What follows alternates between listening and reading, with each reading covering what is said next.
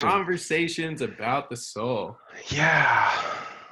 Wow. To recap, what I got from you last time is the soul is a point of awareness. It has observation and the ability to question. hmm Free will.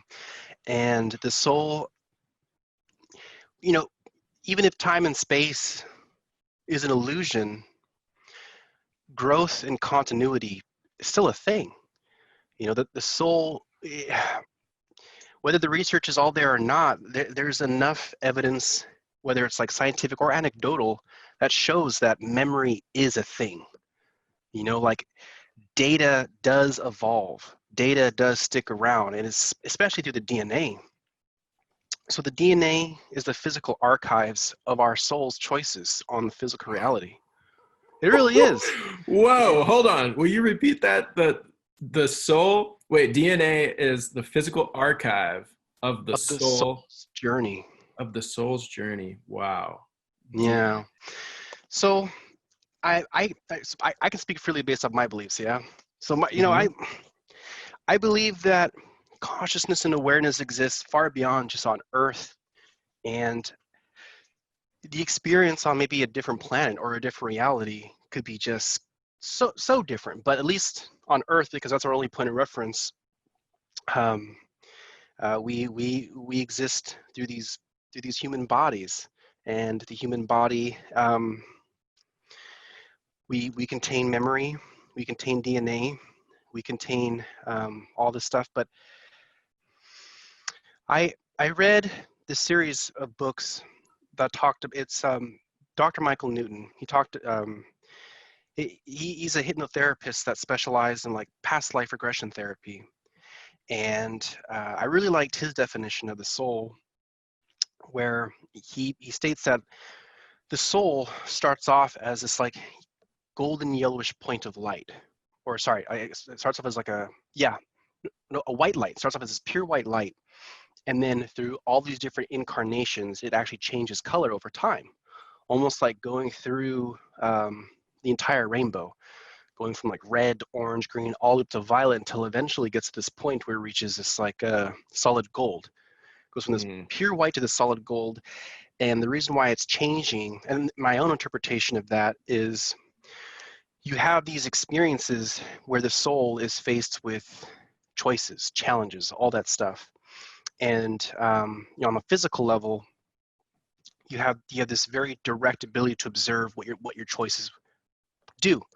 But it's also, there's some record of it being transcribed on a spiritual level, and Mm. that could be like your memories, your emotions, your beliefs that you form through all of this, and that get kind of passed on. And then referencing the Seth material about how all these incarnations are happening simultaneously, I like to think of it as, consciousness is like this beam of light shooting through this prism. And through this prism, it splits off, right? And each of those split offs are almost a different color, a different refraction, but they're also each a different soul. Studying a lot of this past life or simultaneous life stuff through many different references, whether it's past life regression or the Seth series or channelers. Um, what, one thing that I have gleaned is that every incarnation can be very different. Every incarnation, it's almost like the soul wants diversity and experience. The soul craves diversity, because like imagine if you all of a sudden were in this lucid dream where you can make anything that you want possible, anything happen. You would be, but you didn't understand it. You're in this lucid dream. You can make anything happen, but you don't understand how or why it's happening. There's this point of curiosity.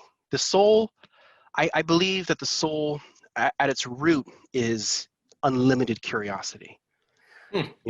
I there's this, Seth actually references this too, and I love this story that Seth proposes. But Seth's like, Jane asks, like, or Robert asks, like, what, how would you define the beginning of creation? Like, how does this all start? And Seth obviously is like, I'm going to speak this in a linear fashion, but obviously this didn't happen in space time. This happened on a much higher dimension. But imagine there was just this awareness, and the awareness asked itself, what am I? The moment it was able to become aware of itself, many things happened at once. It caused the first split, where it was able to In order to define your existence, you have to have something outside of you as reference. And in the beginning, awareness only had itself. So it was able to ask, if I am this, then what am I not? And that question all of a sudden began this infinite journey into self-discovery. I like to think of God as an ongoing question. Like, what am I? Well, you can answer that question in one moment, but then that answer generates another question and another question. It's like the infinite stream of questions. So the soul, the human, at least the way that I interpret it, the soul is one of the infinite questions being asked. And we spend this one lifetime trying to just answer that question to our unique ability, to the best of our own unique ability that we can. What is existence? What is God? Well, in my case, it's Lee. And Lee is this person that had this history making these choices. That's one answer to that question, along with many infinite variations. Tyler is also an answer to that same question.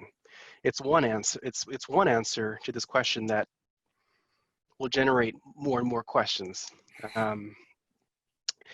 So the soul, and the reason why I believe we have all these incarnations is, imagine, okay, there are some obviously amazing things about being alive right now, right? Like, Mm-hmm. as challenging as it is, being alive on this reality it's fucking phenomenal. We have this thing called emotion, and this emotion makes everything is what it is. And as big as this place is, and with infinite varieties of experiences we can have, let's really be honest with ourselves. You cannot get everything out of the human experience with just one lifetime. That's Mm-hmm. fucking impossible. There's just no way. It would make sense that you would want to imagine you saw Earth as this like really complex simulation program, and you walk by and you're like, man, what is this chaotic mess? This is fascinating. Look at all these creatures and different skin colors and doing different things and interact, like what is this? And like there's just like so many questions you want to ask about this. So only way you can answer is by simulating it for yourself. Like, okay, what is this Earth program about? Well, I'm going to answer my own question by just simulating it. Can you get the entire human package off of just one lifetime? I just no, obviously no.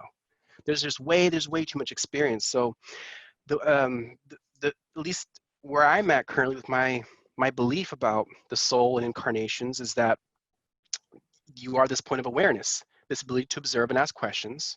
You come across this simulation called Earth, and you ask yourself, what does it mean to be human? And as this one point of awareness passes through the Earth simulation, it's like that one beam of light hitting that prism. Imagine Earth as that prism. That one beam of light hits that prism, aka Earth. It splits off to all these different fragments, and each of those fragments contains within them a part of the whole that is the answer of this is what it means to be human. So you're going to, the light splits off. You'll have one lifetime as like a black woman in Haiti during the 1500s. You'll be a Native American, a part of the Hopi tribe like 1,000 years ago. You'll be a Jew during the time of Christ. All these completely varied experiences that somehow still tie together, like somehow still create this comprehensive picture. And then it comes back together. And that experience, the process of going through that experience, I think forever changes that awareness.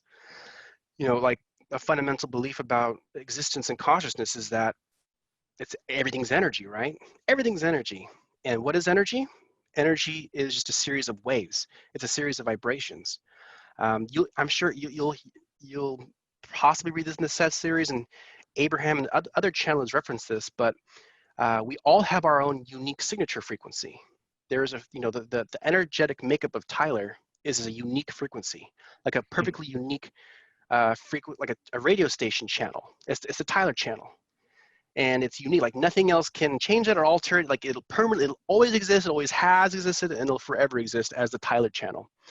Now, it's unique and it's separate and it's distinct, but the frequency can change.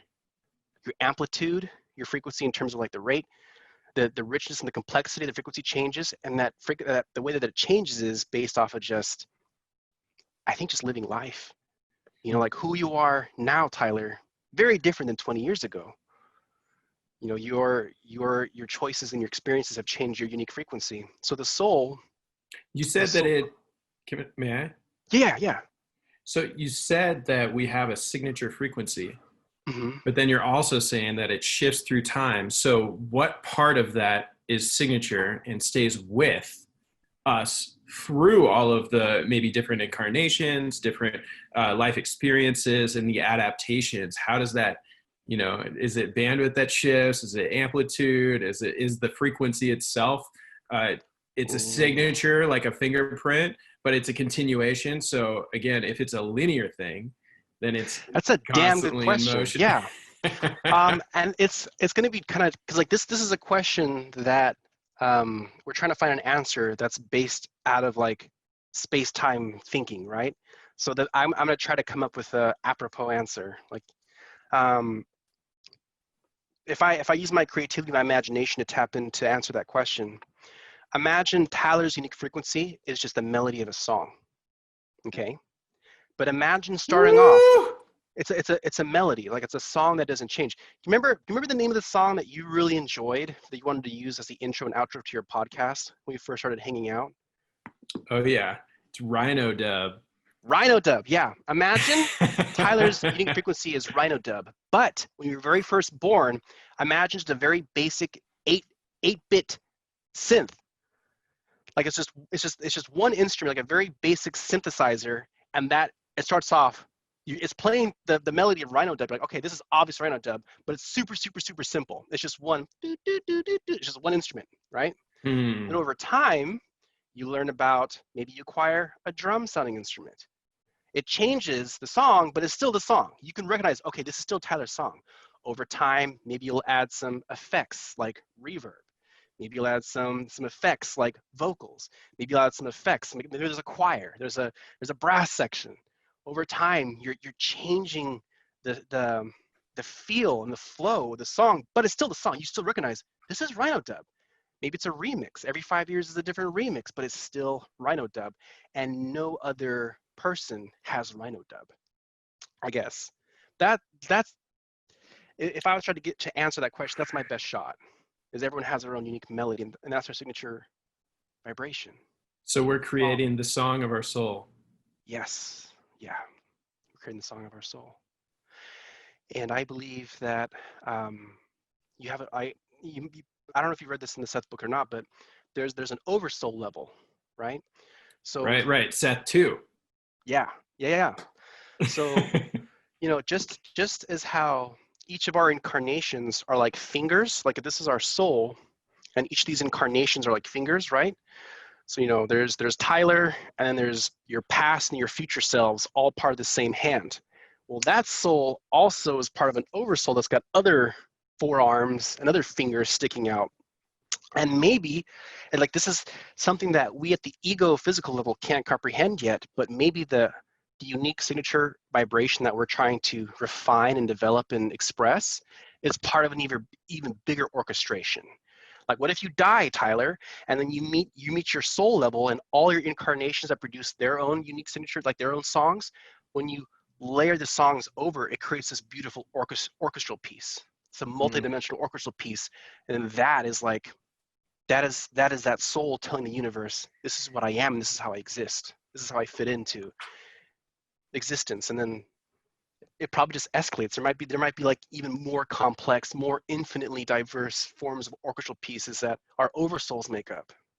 But So it's all is there a container? Is there a wrapper? Is there an end, so to speak, or is it a constant from your objective perspective?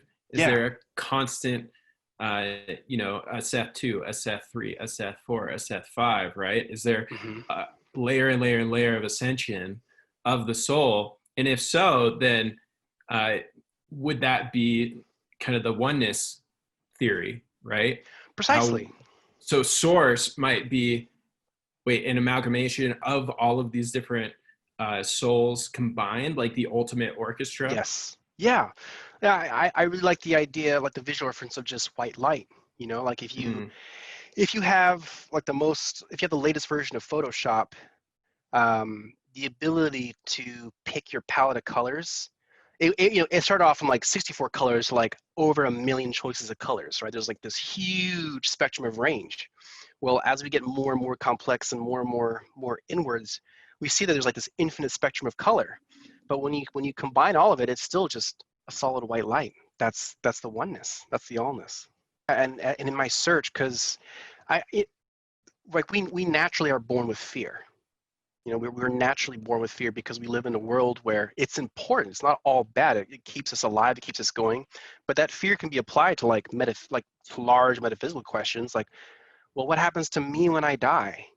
And although we can't quote unquote prove it, based off of both my research and my own personal experiences, the individual never dies. The individual has to always exist forever in order for the whole to exist in general. So yeah, there has always been a Tyler, and there will always be a Tyler.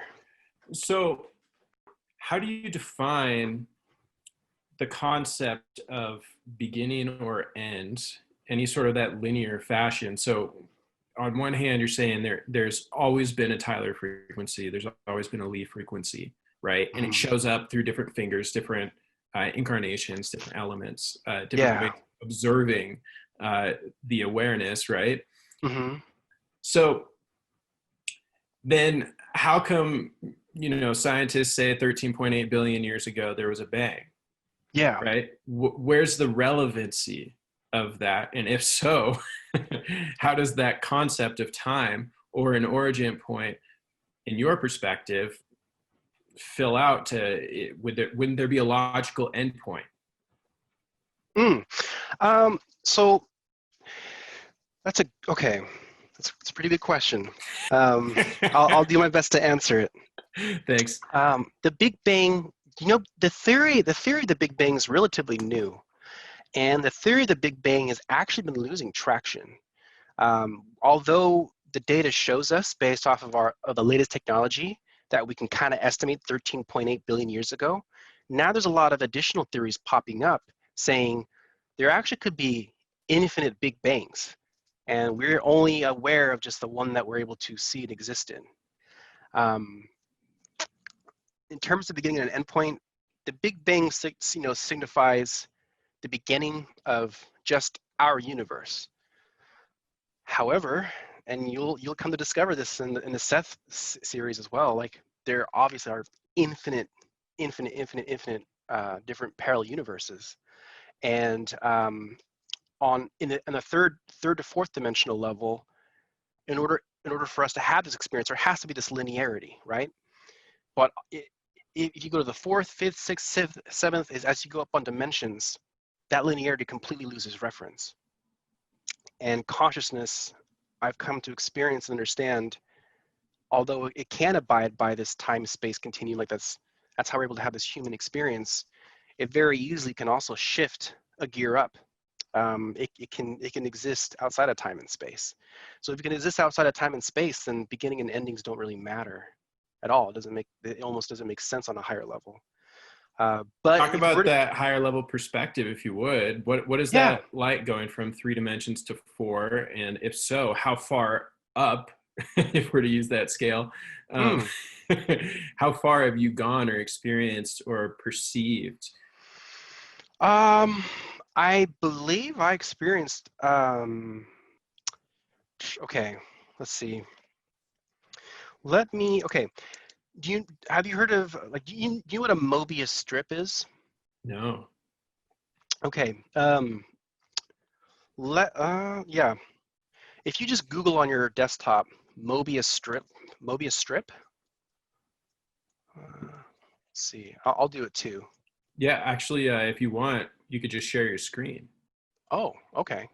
Yeah, right at the bottom it says, screen share. Then you can pick just a tab, or you can pick your whole desktop or whatever. Okay. Let me do that then. Pull up Zoom and then share screen. Firefox posted to Neil. Woo! All right. We're live. Mobius strip. Mobius strip, yeah. So a Mobius strip, band, or loop, also spelled Mobius or da-da-da-da, is a surface with only one side and only one boundary. The Mobius strip has the mathematical property of being unorientable. It can be realized as a rule surface or whatever. I'll go to the Whoa. Wikipedia. Yeah, so and anyone can construct one. You can take a strip of paper, you twist one end, and then you tape it together. And like in elementary, I remember doing an experiment with this. They're talking about concepts of like multidimensional mathematics, and you take a pencil and you could put it on this end right here, and you never have to take the pencil off. You just keep the pencil on, and you can run it across the Mobius strip, and you will eventually end up right where you started. You can create this complete line. So it's a very rough kind of concept of this infinite loop, even though it's like in a third dimension, this idea of infinite loops, like it's mathematically impossible, right? So, but this is like a really rudimentary, rough way to illustrate this. So imagine, okay, so let me blow this up. There we go. So imagine this is time and space. Time and space. If you're Okay, hold on. then Buckling up. Go for it, buddy. Let's see it. Yeah, take a sip. Okay, so I like, this is going to be just an exercise, just imagination, right? This is just for fun. I don't speak as an authority. This is just how I interpret it and what makes sense to me. But I see, Einstein has talked about how time and space is indeed sort of a fabric. It's a fabric of sorts where objects of mass can affect each other, or gravity can kind of come into play.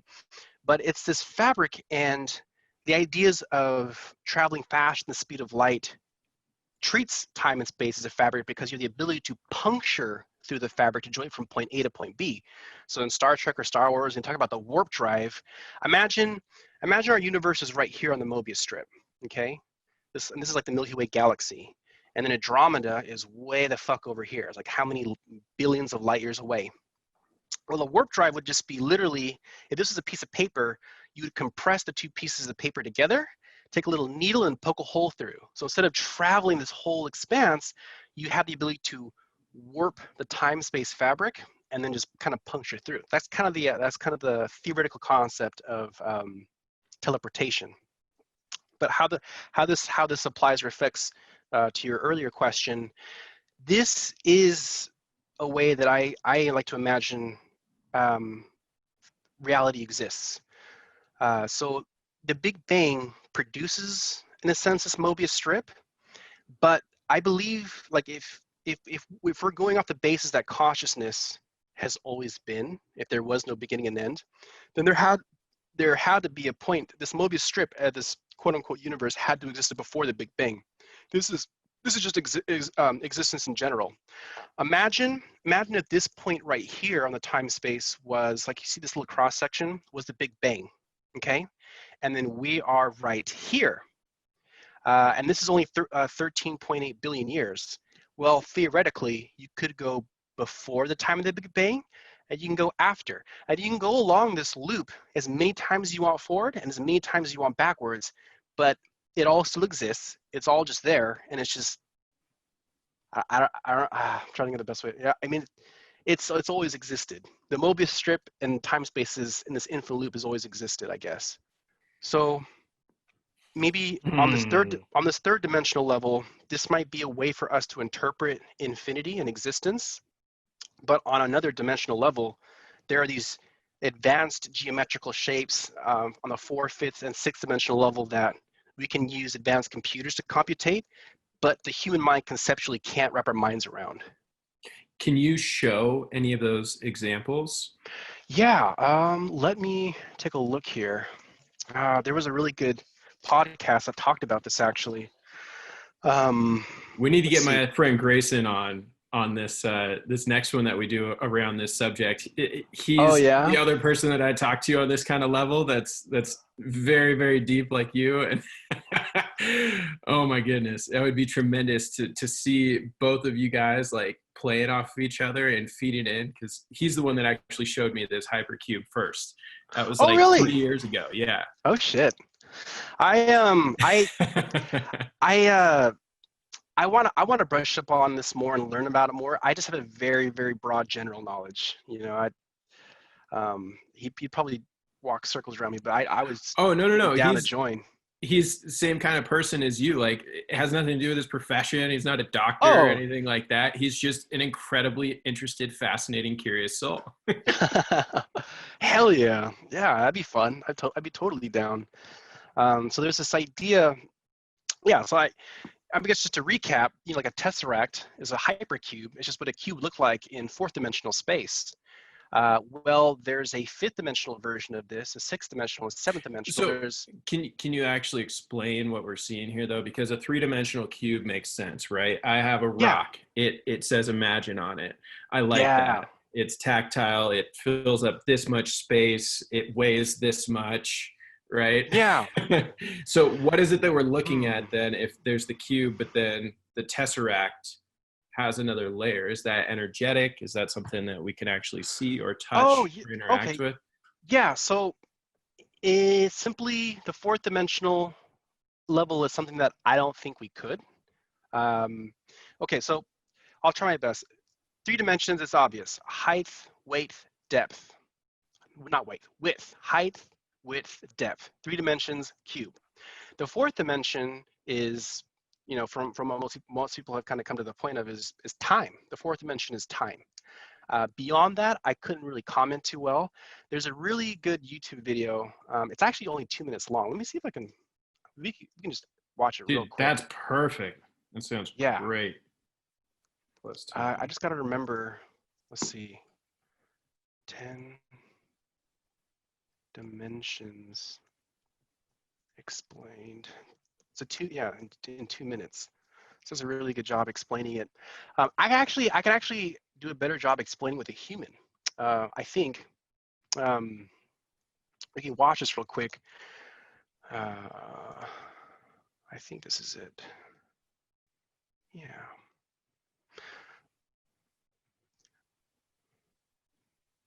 Oh, perfect. Will you full screen it?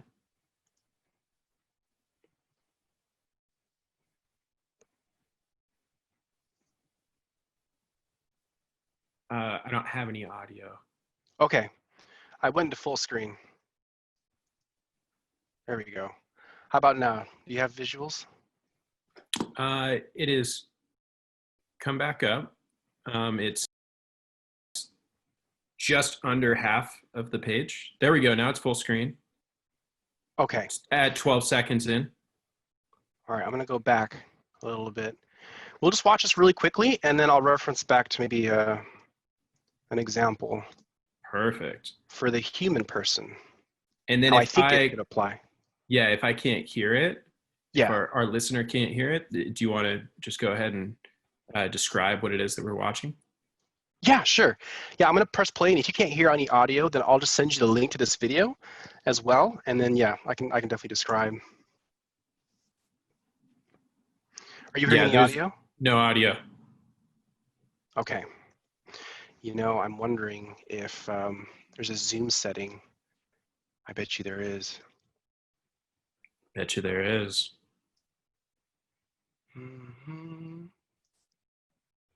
More. Okay. You know what? We can figure it out later.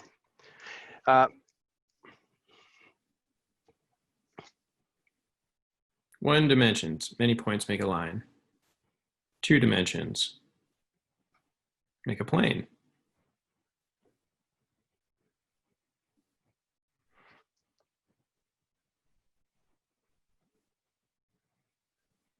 So now we're in 3D.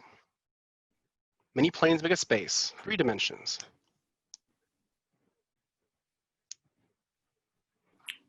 Many Many spaces make a spaces make a world world line. line. 4 dimensions.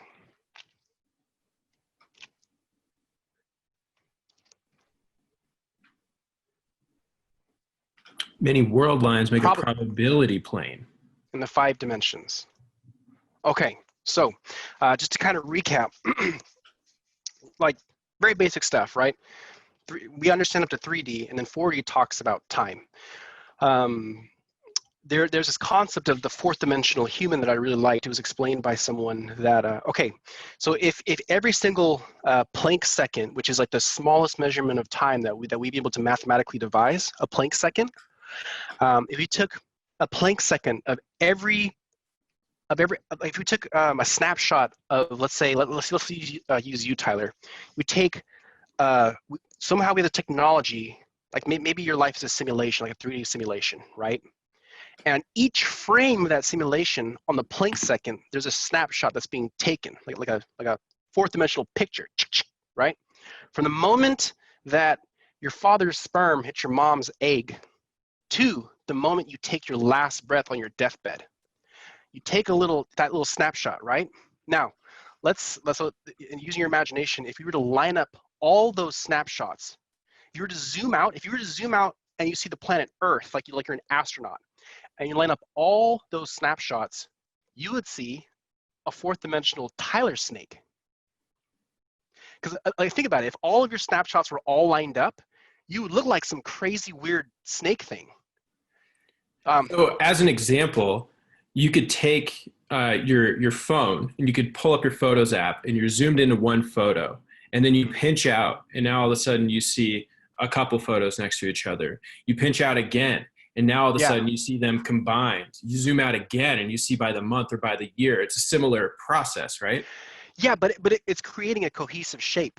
So okay, I'm trying to give a good example. So on some of the old Windows XP programs, remember when something would fail and you could drag the window and it caused all these copies? You know what I'm talking about? Oh, yes. Yeah, but imagine that, but with you. Imagine, so like if there's like a picture of me like here, here, here, here, here, and you line it up, there'd be one blurry long line of Lees from each little snapshot.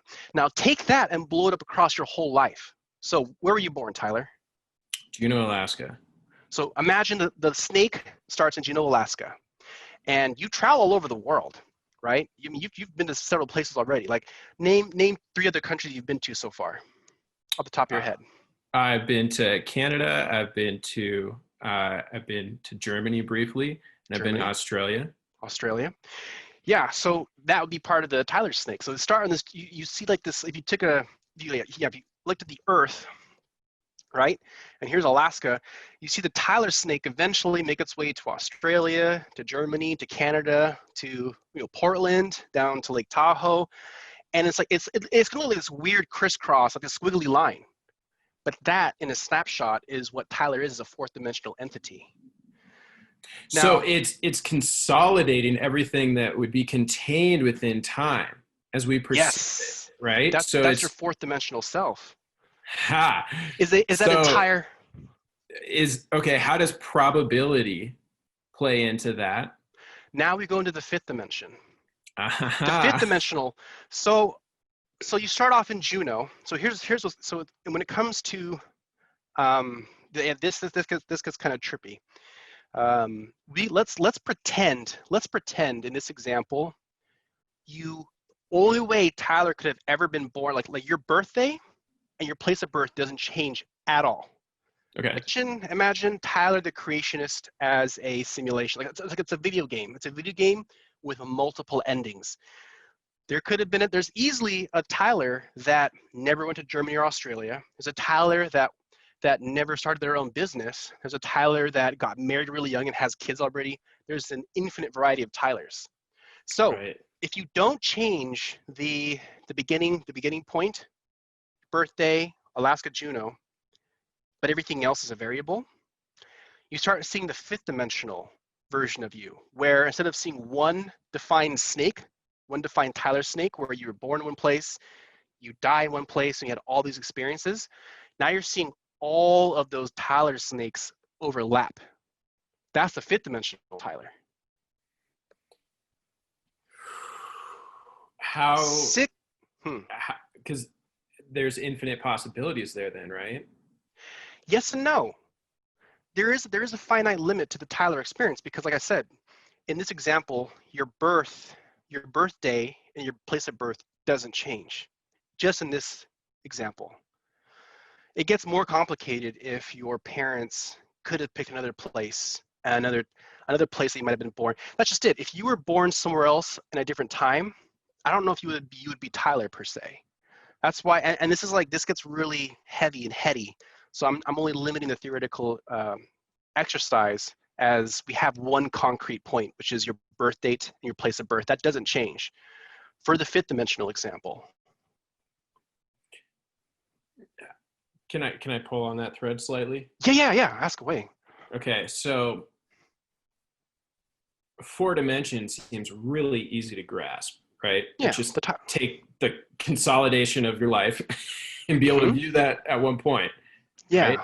So then fifth dimensions would be all the potential or the probable outcomes that you could have had during that same time frame. So still a linear being that as a beginning and an end point. Is that correct? So you're saying that the container is around birth and death. That's what the symphony, the orchestra is constructed upon. So if that was adjusted at any point, it could have been somebody else's. Maybe it's not Lee. Maybe it's not Tyler. It's not Lee. It's Grayson, right? Maybe it's another person if it's outside of that birth and that death points. Is that what you're saying? I like going back to the idea of DNA, like at least for the human experience and for Earth, which is the only reference point we have and the only reference point that we really need to speak about because we're humans talking to other humans. If we limit it to just the human concept, I think a really good starting point is to limit to DNA. Your DNA, obviously, everyone's DNA is unique. Tyler is Tyler. Your DNA signature is, honestly, it's a really good analogy or representation of your unique frequency, signature frequency. So maybe your place of birth could have been different, but the DNA of what you are, the way that your dad's sperm and your mom's egg met up to create that zygote, that is the unique Tyler zygote. And how that DNA plays out, all those different types of lives or whatever, there's still that base of Rhino Dub. The base of Tyler's DNA is Rhino Dub. Now, you've already read here. Actually, you're gonna get a kick out of it. I actually have this right close hand. I've been peeking into it. I have in my hand Dr. Joe Dispenza's Becoming Supernatural. Yes. I love that book. And so because you've already read it, so you understand the idea of epigenetics, like this, which Seth has also talked about. You'll come to read. Seth's already described epigenetics.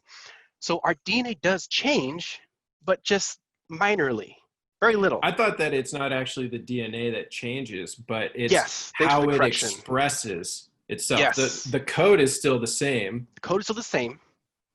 Yes, thank you for the correction. You're right, exactly. How it expresses itself changes. So, Tyler, the Rhino Dub song will always be. But it's a good song. It is a good song.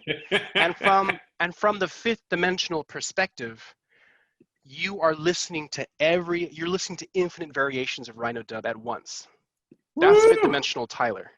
Imagine listening to so like if you're trying and this isn't like maybe the most apropos example, but it's just a fun exercise imagination.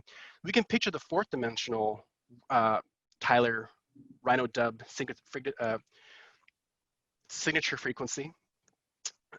Imagine taking the very first iteration, which is like the very basic synth, right? The 8-bit synth, like Tyler's born, so it's very simple, the melody of the song, and then Tyler as an old man, where you've gained all this experience, all this wisdom, you've grown a lot, and maybe the Rhino Dub is like very built out, like a complete orchestra, right? You have like a whole goddamn orchestra and a DJ and electronic synths. You have every instrument you can possibly imagine. It's perfectly harmonized, like the most articulate version of Rhino Dub.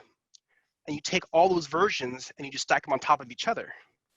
That's the fourth dimensional snapshot of your soul, using this analogy of a song as your frequency. And then a fifth dimensional version of that would be taking those infinite variations, all of the infinite variations, and then layering those on top of each other. Like in this lifetime, it's impossible to say.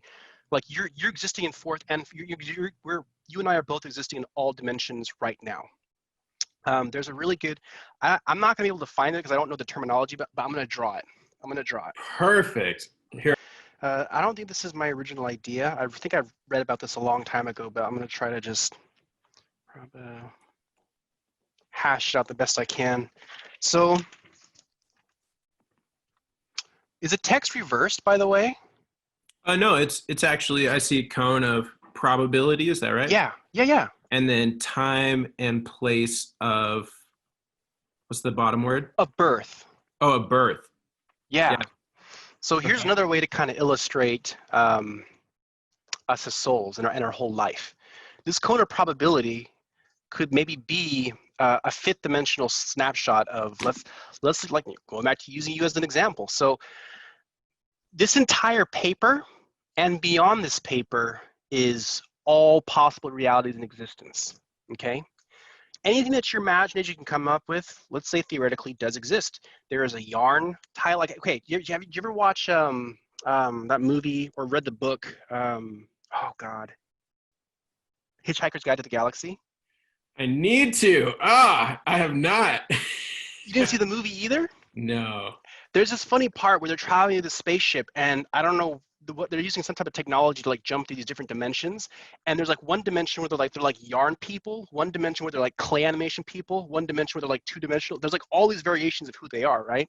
So there's like these infinite versions of like what reality can be. But out of the infinite possibilities, there's this one cone that's carved out that's reserved for you, the Tyler experience. Now, the reason why it's this cone is because this is the place of birth. Now, in this cone is everything that can possibly be related to you. Outside of this cone could be something like right outside this cone could be a different timeline. So let's say the Beatles playing their first concert. That was like what, in the 60s? That's completely outside your cone. Because of where and when you were born, the Beatles' first concert was never going to be in your cone of probability. Does that kind of make sense? So there's Right. certain events, places, events, and time, like this all factors in the cone of probability. Because of when and where you were born, there are things that will never be in your cone. But because of where you're born, there are things that are included in your cone. So like, do you have any older family members that have deceased recently? Uh, You don't me asking, like maybe a grandparent or a great grandparent, or yeah, I mean it's been a little bit. Some of my cousins, they both had people pass away that were younger due to recent events. But shoot. yeah, in fact, actually, I told you about my grandma Joe's passing because I was there. I was Yeah. holding her in that time, and so let's use that as the example because my goodness, that was Yeah. profound. If okay, I didn't mean to make it super personal. I guess the reason why I bring it up is Oh, because please. I'm an open book, man. I have no problem talking about this stuff. I mean, clearly you've got my date of birth, social security number. you're gonna start getting some weird identity theft reports coming your way soon.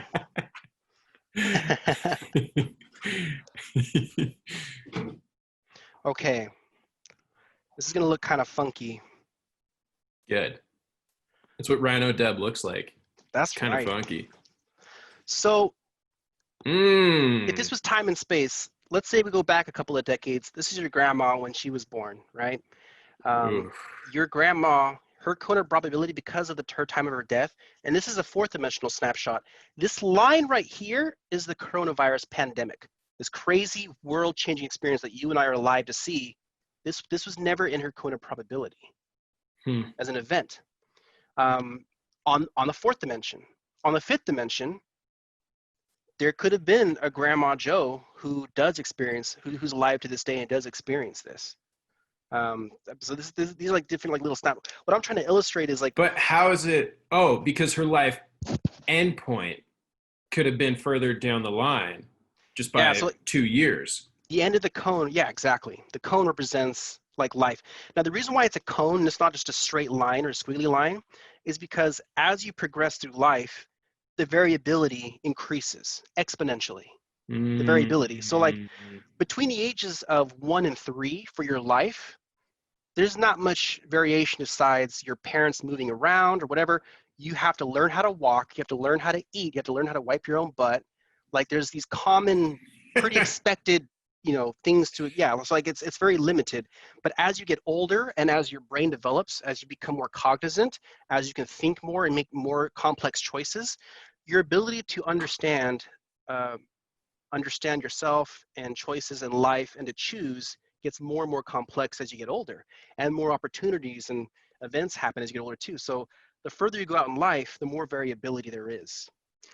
But it's still a cone, because outside of this cone could be like, if I'm trying to think of another good example.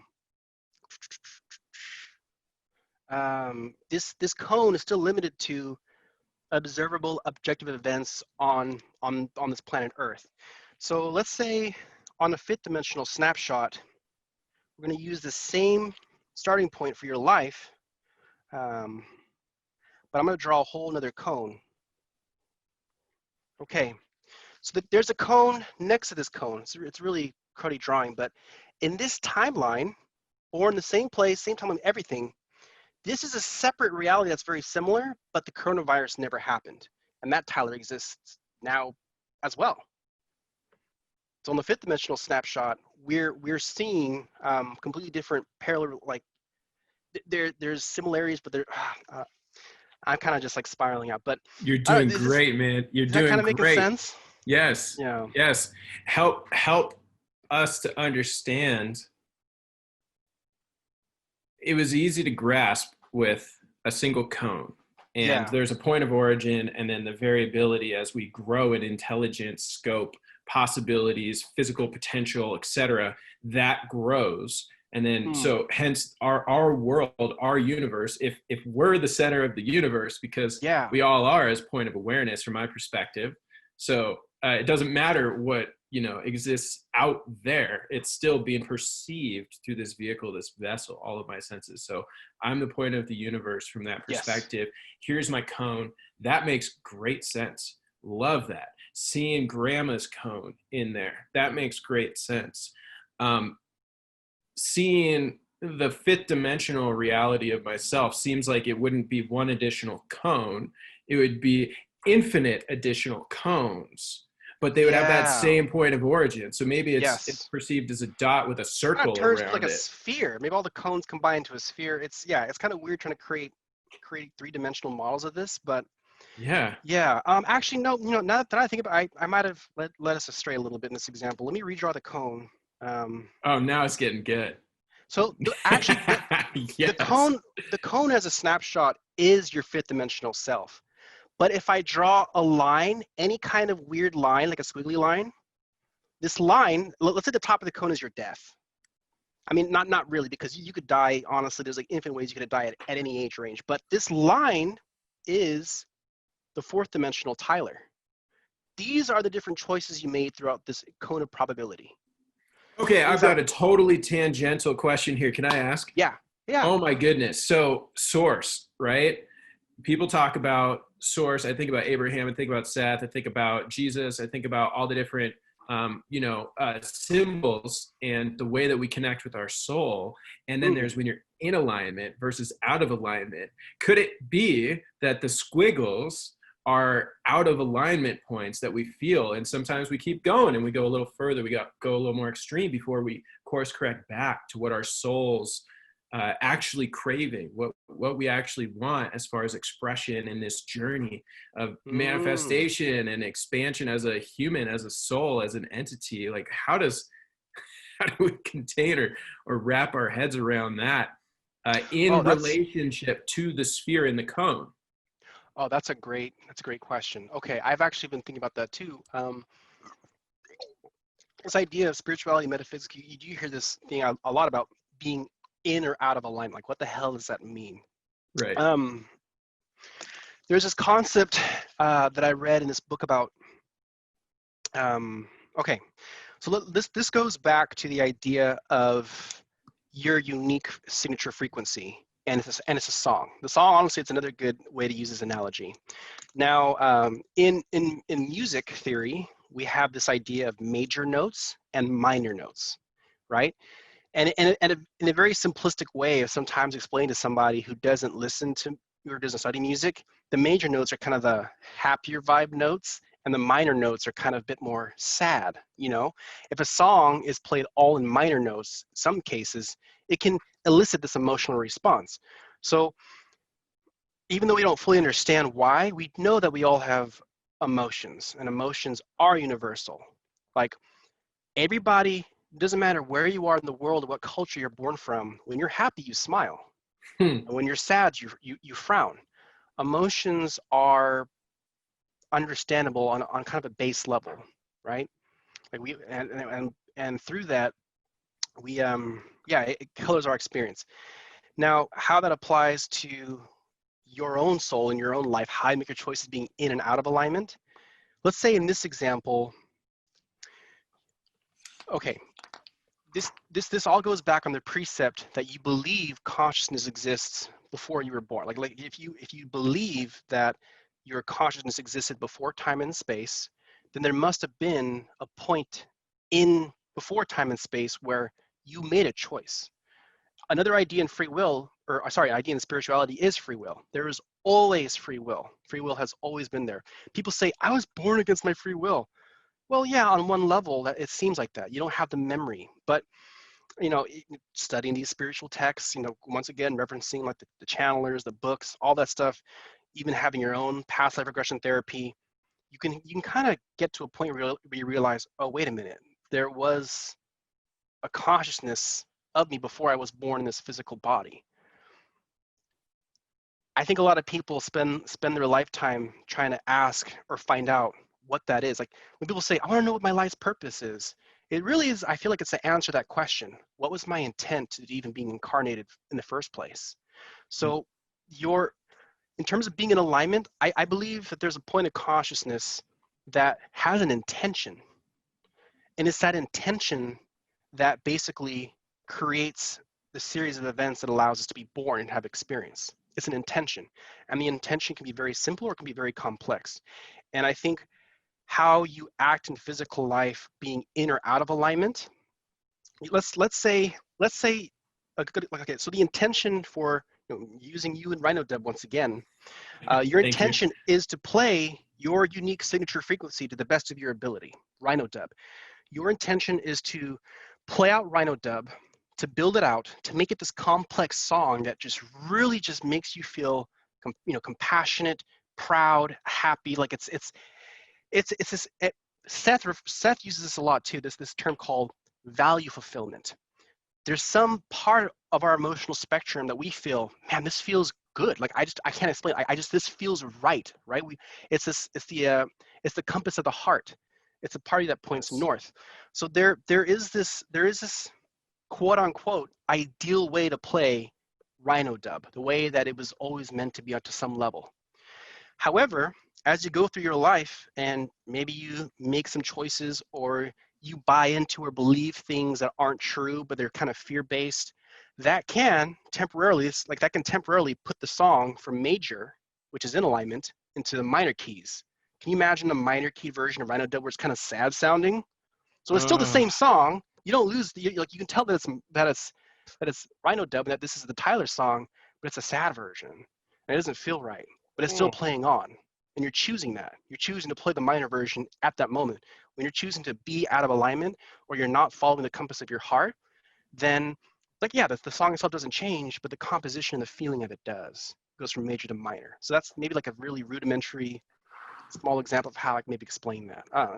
that's amazing. That is amazing. That is amazing. What was coming up for me is so much of you're talking about intention, right? And so much of what is our intention? Why would we manifest in this physical body? Why would we incarnate, right?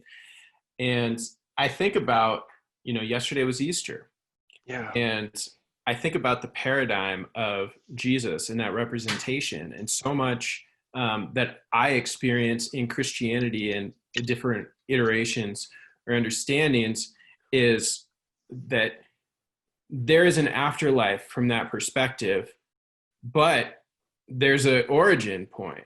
And so it's interesting to hear this conversation in the context of multiple realities, the cone or the sphere, um, and how we each time through a reincarnational philosophy have a new beginning point.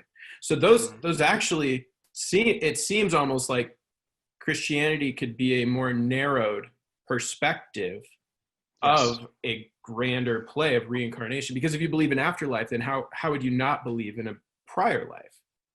There's It's a continuity to very good this equation. question. Yes. Yeah, if you dig into this, and you will because you're reading the Seth series, Seth references it too.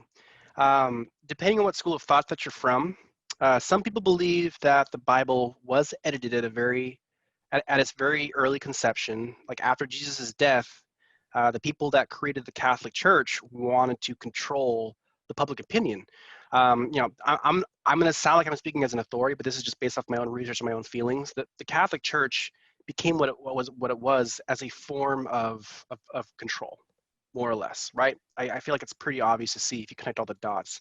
Right. And You need to get in touch with God through this person. It's yes, another entity that's got the ability to connect for you and interpret on your behalf. yeah, it's taking advantage of human nature. At the very crux of who we are, like I said, like we're born with fear. Fear is what keeps us alive. It's what keeps us growing and developing. And the ultimate fear is death. It's the unknown. So if there's an institution that has control over that, then yeah, they can control your way of life, your way of thinking, your philosophy. But anyways, supposedly there's a school of thought that Jesus did talk about reincarnation. There are references that were in the Bible, but they were left out. There is this idea that there was a series of the Dead Sea Scrolls. Have you heard of them? Mm-hmm. The Dead Sea Scrolls and some other texts that were written during the time of Jesus and captured some of his inputs that were kind of hidden away and kept in secret by this group called the Essenes. The Essenes were a group of followers close to Jesus that wanted to keep his teachings intact and knew that Jesus and his philosophy was under attack. Their ideology was under attack, and there's a lot of hostility towards them. So, in order to protect a lot of what Jesus was speaking about, there was this group called the Essenes that basically kept volumes of what he spoke about and sealed them away or kept them in safekeeping. Like a secret society in some shape or form kind of took place to protect that information. And believe it or not, Seth actually references that too. It's kind of interesting. He'll talk about it. So So, then what is the significance of Jesus in this large play? Because again, if we all have this ability to be both human and God, and mhm. then if Jesus is referenced at this point in our history 2020 years ago approximately, when there was BC and there's AD, so Yeah, culturally massively significant in a three-dimensional time and space reality, but yeah. also talks about coming back, right? Was a Jew, Mhm. and so became like, what says that Jesus in the concept, like Seth actually breaks it down to say that Jesus was three separate humans Yeah, three and then physical incarnations. consolidated into one idea.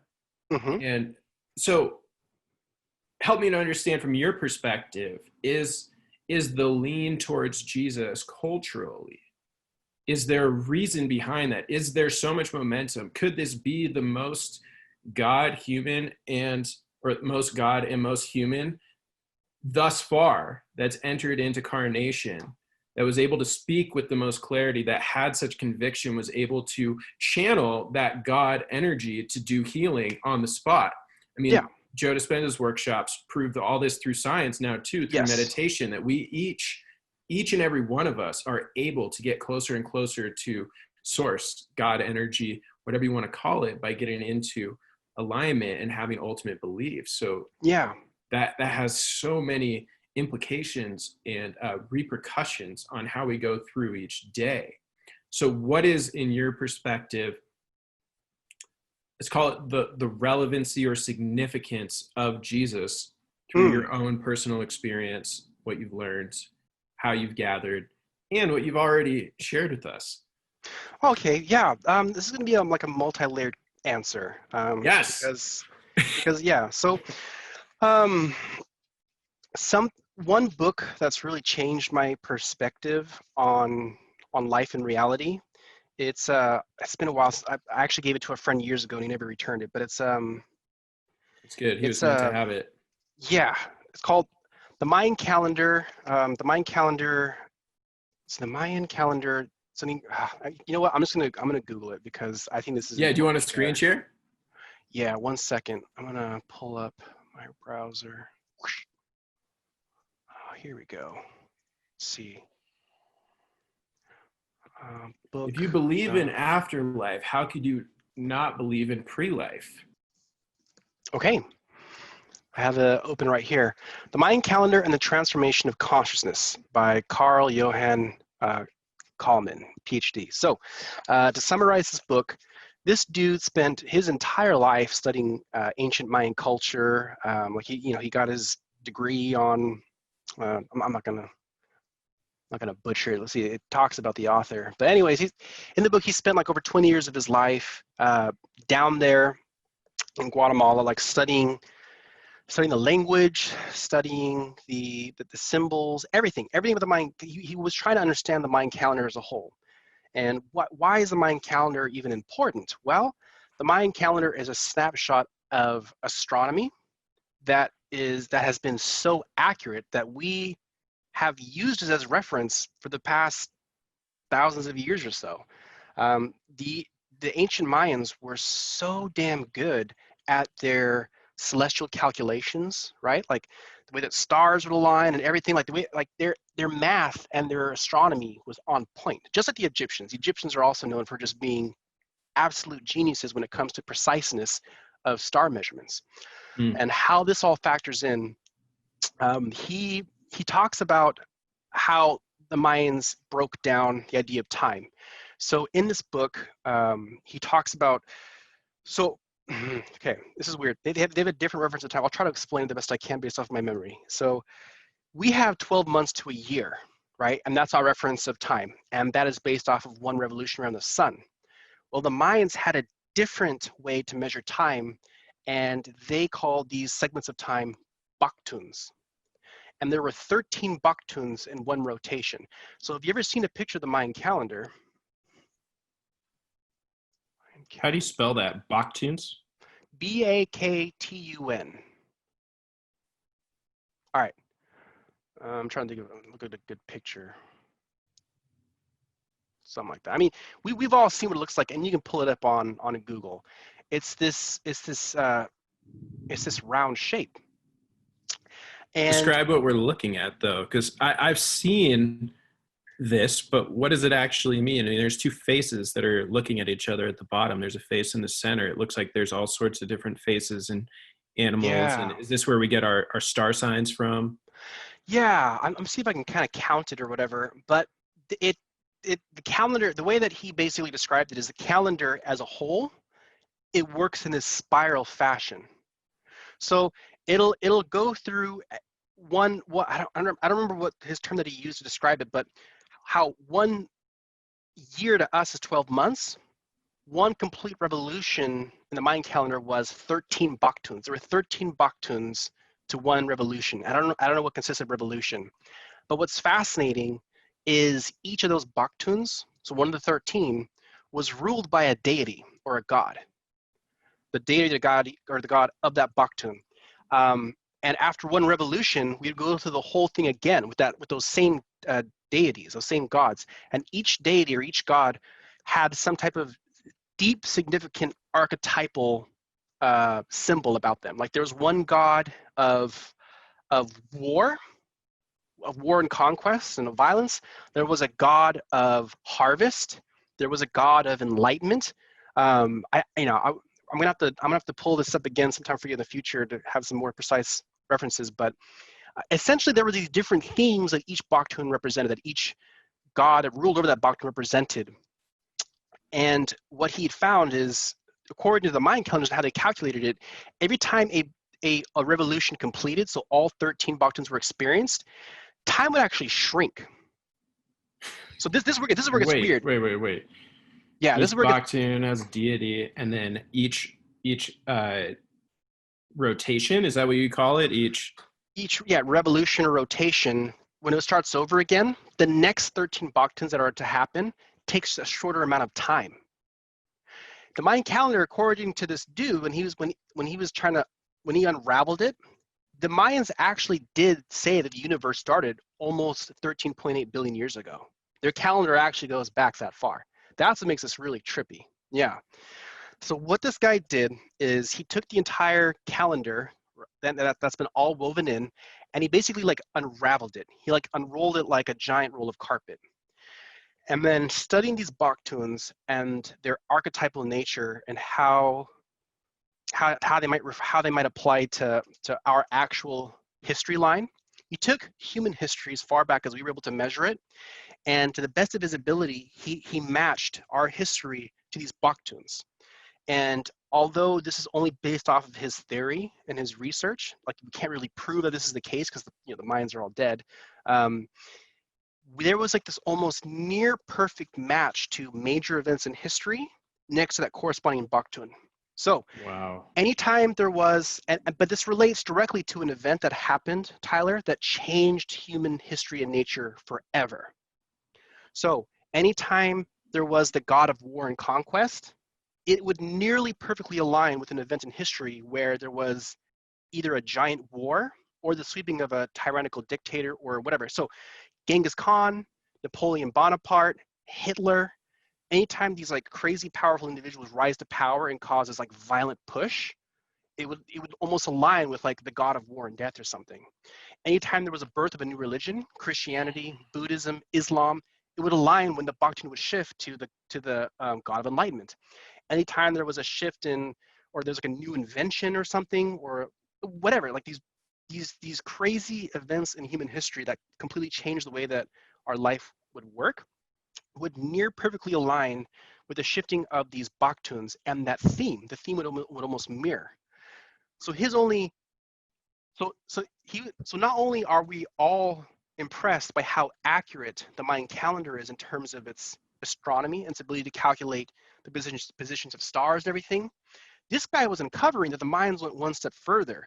They were mapping out that not only are we going through this we're going through these revolutions in the star system, but as we revolve around these star systems, it's affecting our quality of life in some way. It's almost like a giant clock of experience, like a pre-planned clock of experience.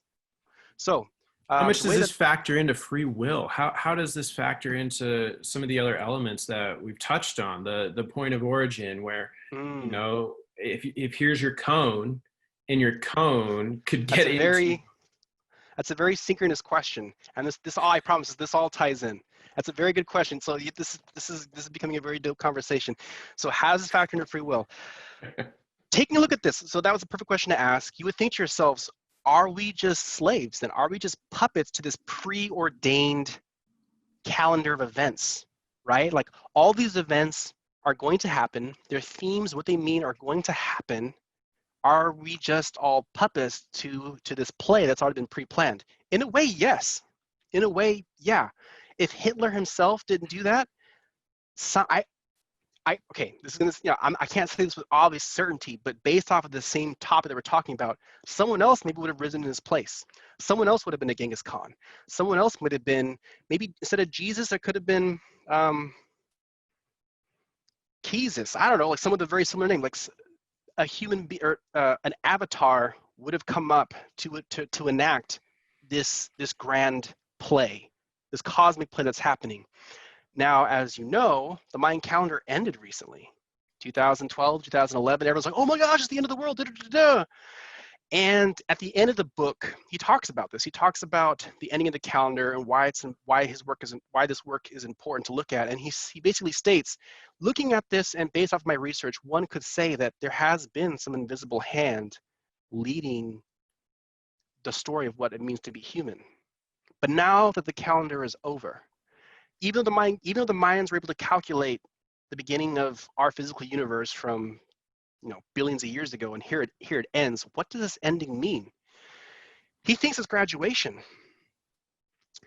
We are no longer needing the parents. We don't need this invisible hand to help guide us on our course to becoming what we are. Jesus, as you know, there's been a lot of this symbology of Jesus and the fish and Pisces. Jesus was an archetypical representation of the age of Pisces. Now, what is the age of Pisces? Well, the zodiac age. The zodiac age is based off of, okay, let me find another picture here. Um, Milky Way, galaxy, zodiac diagram. Okay. Are the Mayans the one that created all of these zodiac interpretations of our solar system? Not necessarily. Well, they created their own version, their own interpretation of what this is, and So different I other. thought multiple cultures throughout the world, throughout different time periods, have had very similar Very similar. representations. Yeah, precisely. Very similar. Obviously, the star systems themselves don't change, but yeah, very similar. Or they Um, change, but our point of awareness around them is so limited that, how many billions of light years does it take for some of these stars to actually become perceptible to us? Oh, and we have 2 new telescopes that should be going up to amplify our results of how we can perceive the universe in the next 5 years. yes. Oh, yes. 26,000 years. Light years. Perseus. Okay. I'm trying to find a good combination of pictures to illustrate this. So I mean, for the most part, uh, you know that our little solar system is part of the Milky Way galaxy, and modern math. I mean, and this has been recently proved, but at the center of our galaxy is a supermassive black hole, and the supermassive black hole is this giant. Well, yeah, it's a supermassive black hole, but its gravity and its pull is what's keeping our galaxy together. And so here's a snapshot of that might work. Imagine this is like the center of the galaxy, and we're kind of somewhere out here. Our solar system does revolve around the supermassive black hole. So just like how our planet Earth goes around the sun, our solar system is going around the center of the galaxy. And I'm gonna speak to it as though I do know this, it's been a while since I've touched on this. I could be wrong. Some measurement. I don't know if it's a full. I think it's a full rotation, a full revolution around the center of our galaxy would be an entire zodiac age, whatever, zodiac age, right? So if we were to divide this whole structure into 12 parts, like we supposedly just ended our journey through the age of Pisces, and now you've heard like, oh, we're merging into the age of Aquarius. It's a new age. Well, that's because if we divide, like, this whole rotation, I think was roughly 26,000 years, ish.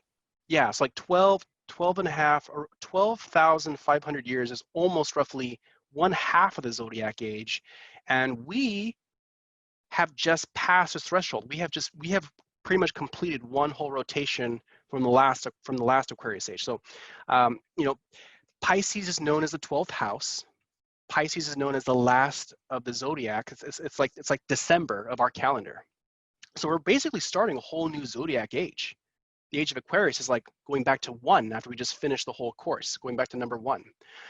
So, like this being a multi-layered answer, Jesus represents a theme. Jesus represents a theme of this whole past age. And if we're going back to this idea, if we're basing this whole off the idea of what the Mayan calendar we're trying to illustrate, like, look, there's some type of invisible hand that's leading these events. There's this kind of pre-written play leading us through. Going back to your question of like, well, what does Jesus represent? Jesus represents sort of a graduation, I think, of human nature and the human species. Like Christ, at the very turn of the age of Pisces, when we were leaving the last zodiac age, according to, I think Seth speaks about this later, but Christ and the Christ consciousness was basically the answer to a question. The answer to the question of where do we go now as a species? Like what is our best form? And Christ was a manifestation of, at that time, the mass unconsciousness of humanity needed a reminder of what they really were and what they could be. And Christ simply manifested as an answer, like, oh, you guys aren't just a bunch of hairless apes that are going to be murdering, killing, and stealing from each other. Like, you guys, like, it doesn't have to be just survival and just this grittiness. Reality doesn't have to be this harsh. Have you forgotten? Know not that ye are gods. He's just there as like, yo, I'm just here as a wake up. I'm just here as a reminder. Like Christ manifested as this perfect embodiment of a human being that had zero memory loss of what it was, which was just pure awareness, pure consciousness. Zero That's based memory on loss of their own lifetime or of the infinite consciousness? like zero. Well, I mean, I guess that's very presumptuous, but for my own interpretation, zero memory loss. Like I believe Jesus had to live his own human life, but to a certain point, I think he unlocked all of his memories of like, oh, wait a minute, I remember all my incarnations. I remember how the nature of reality works. Like he had so much memory unlocked that he was able to manifest, take two fish and multiply it into enough to feed people. Like that's not magic. People say, oh, it's a miracle, it's godlike power. Or maybe he just remembered how to do something that we all used to be able to do at one point in time, or something like that. Like he knew, not like maybe not knew, but just remembered how reality works. It's like Neo in the Matrix. Like all of a sudden, oh shit, this isn't like black and white reality. This is a simulation, and I can just hack my brain to just download kung fu. Jesus could just like, oh yeah, this is a simulation. I can just like copy and paste all this fish.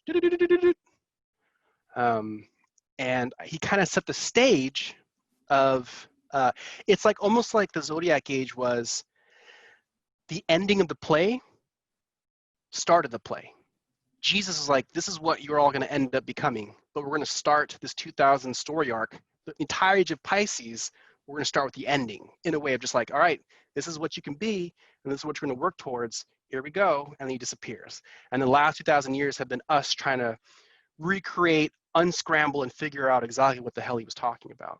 And I believe, this is my own personal belief, that the age of Aquarius is where, once again, the Mayan calendar ending, all this stuff, the invisible hand is lifted. We're all on our own. And I think our ability to reach that point of Christ consciousness is totally up to us now. And it is plausible. How does that play into, wow, like this is big. This is a lot to wrap the consciousness around. Yeah. Thank you so much. Wow. And to kind of touch back on like the idea of free will, like you said, as we were talking about, there is a part of us that exists outside of physical reality that still must on some level be able to make choices. Well, if you take a look at what the human being is and what it's capable of, you can't just magically make a human from some like weird hominid creature into this enlightened being that can manifest infinite fish out of thin air. There has to be a linear story. There has to be a linear series of dots that all connect on some level. There just has to be. So that feels fourth dimensional. Yeah. So on one snapshot, maybe our fourth or fifth dimensional selves were like, okay, we want to experience what it's like for a monkey-like species that throws their own shit to be evolved into almost demigods. What does that story look like? Well, we can't. Well, we're gonna need some help. We're gonna need some help, and that help is this play that we've created for ourselves, a storyline. In the entire Zodiac Age, where each age has its own theme, where each of the Baktuns in the Mayan calendar has its own energy of influence. There's these energies that push us and make us force us to grow and change and adapt and evolve to this point where like we see like the nature of reality, at least in our reality, is fractal, right? You have the golden mean ratio. Like if you look at almost anything in nature, it has a fractal nature about it. How does that affect, like how does that look for us? Well, we're based off of this parental fracture. You are one fractal layer of your parents expressed through DNA. Well, what if we were to blow that up on a cosmic scale? Well, we can maybe hypothesize that just as that we have human parents, maybe we have this cosmic parent. And this cosmic parent, just like how we kind of go through school, this cosmic parent is laying out this quote unquote school for us to go through, in a sense. Where once again, we can't just be these like hominids that barely discovered fire and could all of a sudden manifest things like Jesus can without first earning our chops, understanding, like through experience, really appreciating and understanding the nature of reality. Only then can you fully like utilize all of it. You know, going all the way back to like the expressions of the soul, how Michael Newton talks about how in the beginning, when a brand new quote unquote soul spins off from the source, it's like this innocent, naive white light. It's consciousness. It's a part of the whole, but it's brand new. It's got nothing to it. Well, you push it into physical reality. It gets colored through all these experiences. It gets to gain things. It's adapting. It's changing all that stuff. But eventually, what it's really doing is it's integrating. It's taking everything of what it could be and it's integrating it into one whole picture. It eventually goes from that white light into that gold light that contains, from its whole experience of incarnations, it contains all the pieces that it needed, that it had to collect on its own to become that gold light. It had to start off from that 8-bit Rhino Dub simple song into the masterpiece Rhino Dub that has a full orchestra and DJ remix to it. Love it. So I read a book called Sacred Contracts by Carolyn Mize. Have you heard of it? Maybe. I'm going to look it up right now. Okay, so part of what she talks about is that we are fragments of our soul and that they're contracts. So in the same sense as what you're describing as school, some of us are predestined to be, she's got like 74 archetypes or 76, something like that. And so we're predestined to these various roles, but there's kind of a defining role for each person. And so some of us are teachers, right? Some of us are students. Some of us are, here you go. Mystic examines the lives of spiritual master, prophets. Those archetypal journeys illustrate the 4 stages of sacred contract and provide clues for discovering your own. Yeah. Do you want to just read this out loud real quick? Sure. Yeah, Mize examines the lives of the spiritual masters and prophets, Abraham, Jesus, Buddha, and Muhammad, whose archetypal journeys illustrate the 4 stages of a sacred contract and provide clues for discovering your own. Mize, is that how you pronounce your name? Mize explains how you can identify your particular spiritual energies or archetypes, the gatekeepers of your higher purpose, and use them to help you find out what you are here on earth to learn and whom you are meant to meet. Exploring your sacred contract will shine a light on the purpose and meaning of your life. You're meant to do certain tasks, and you're meant to have certain relationships. And I at this point in my journey, I fully believe that. It's a concept that it's in this weird thing where like the debate between free will and predestined stuff, it's ongoing. And I'm just going to assume that anyone who does listen to this is someone who's already on the spiritual path. I'm not going to try to convince a skeptic that yes, this is indeed true or whatever. You kind of have to get to that point on your own. But this idea of you are meant to do something, that kind of ties back to our conversation of intention.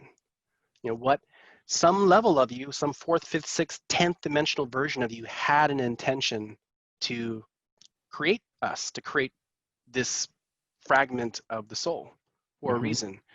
And going back to the other point of, well, that intent is to play a song, to play our signature frequency. But how well are we going to play that frequency? Is it going to be in major keys or is it going to be in minor keys? Is it going to be in alignment or out of alignment? Some people never, and it's meant to be maybe in some cases, but some incarnations, they never even get to play the whole song. That's important too. That's part of it. How does that play out as far as completeness?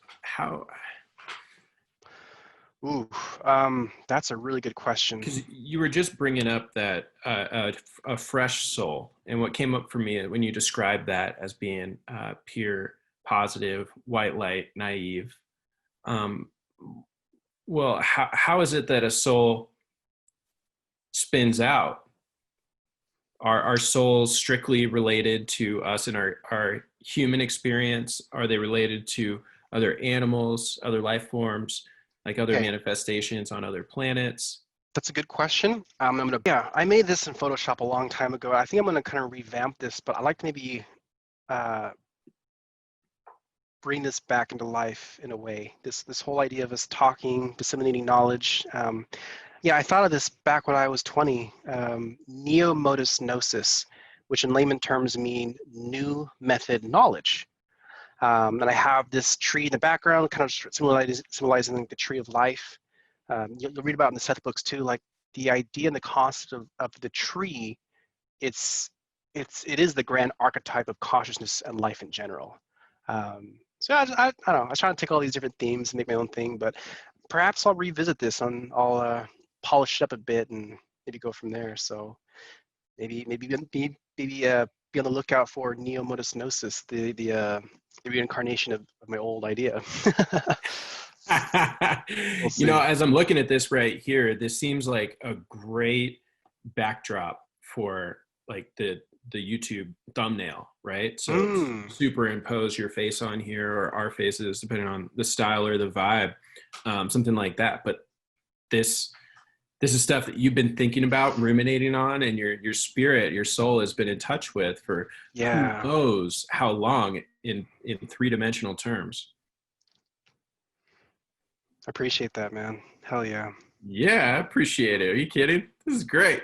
It really is, honestly. It makes me feel like my initial impulses 10 years ago were right. Like this powerful synchronicity, like this and our conversation. It means a lot to me, man. I really appreciate this. This is dope, Amen. honestly. It's amazing Feels that you good to the mentioned soul. that because yesterday my mom just shared with me something I wrote 10 years ago. It was a note to my family and it meant Oh, a ton to her. It was about gratitude and appreciation. I went through a really, really challenging time and I was just mm, leaning into how incredible our family is and wanting to make sure I acknowledged everybody. And so I CC'd our whole family on an email thread. The block's almost as big as the actual text. And I mean, she just brought that up. So isn't that amazing? You talk about this synchronicity, as Deepak calls it, synchro destiny. And, you know, both of us just had a reincarnation of our 10-year ago selves. You with this piece of art and so much more, me with that piece of gratitude and that note towards family and appreciation. So yes. thank you, brother. Yeah, thank you for bringing that up. Yeah, the idea of, we were talking earlier about cycles, like how the Mayan calendar has 13 baktuns, our calendar has 12 months, the zodiac age has 12 ages.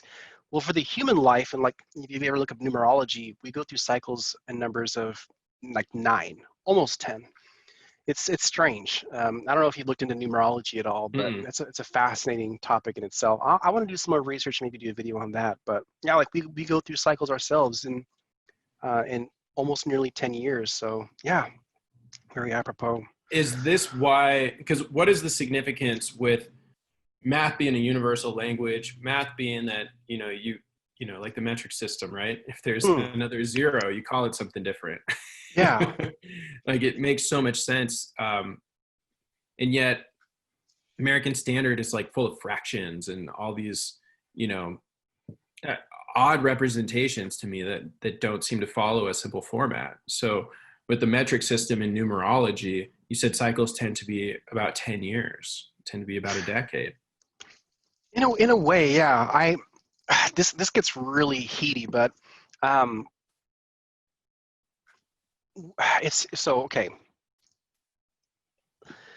In our universe, in our reality, in our timeline, we can, for some reason, we have developed a system of the number 1 through 9 up until 10 until it resets.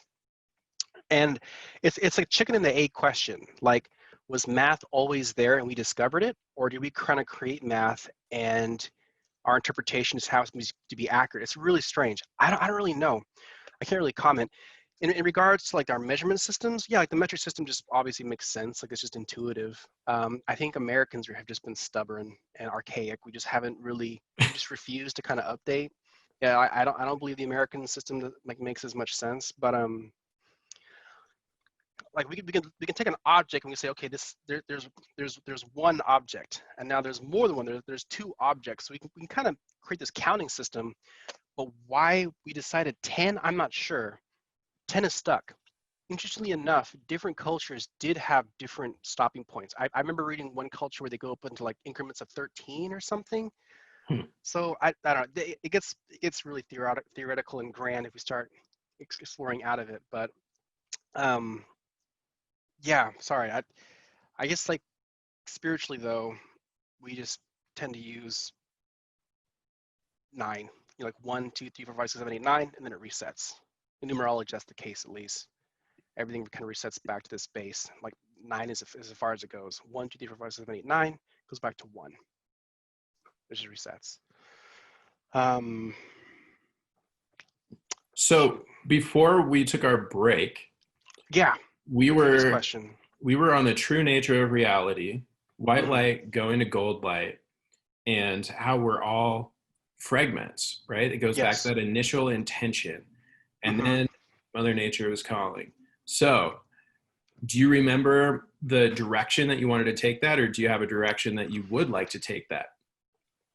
Um, yeah, sort of. I remember a fragment of what you had asked before we took the break, where I made a comment about how like one intention could be a lifetime of pain and limitation and darkness, and that is intentional. That in itself is intentional.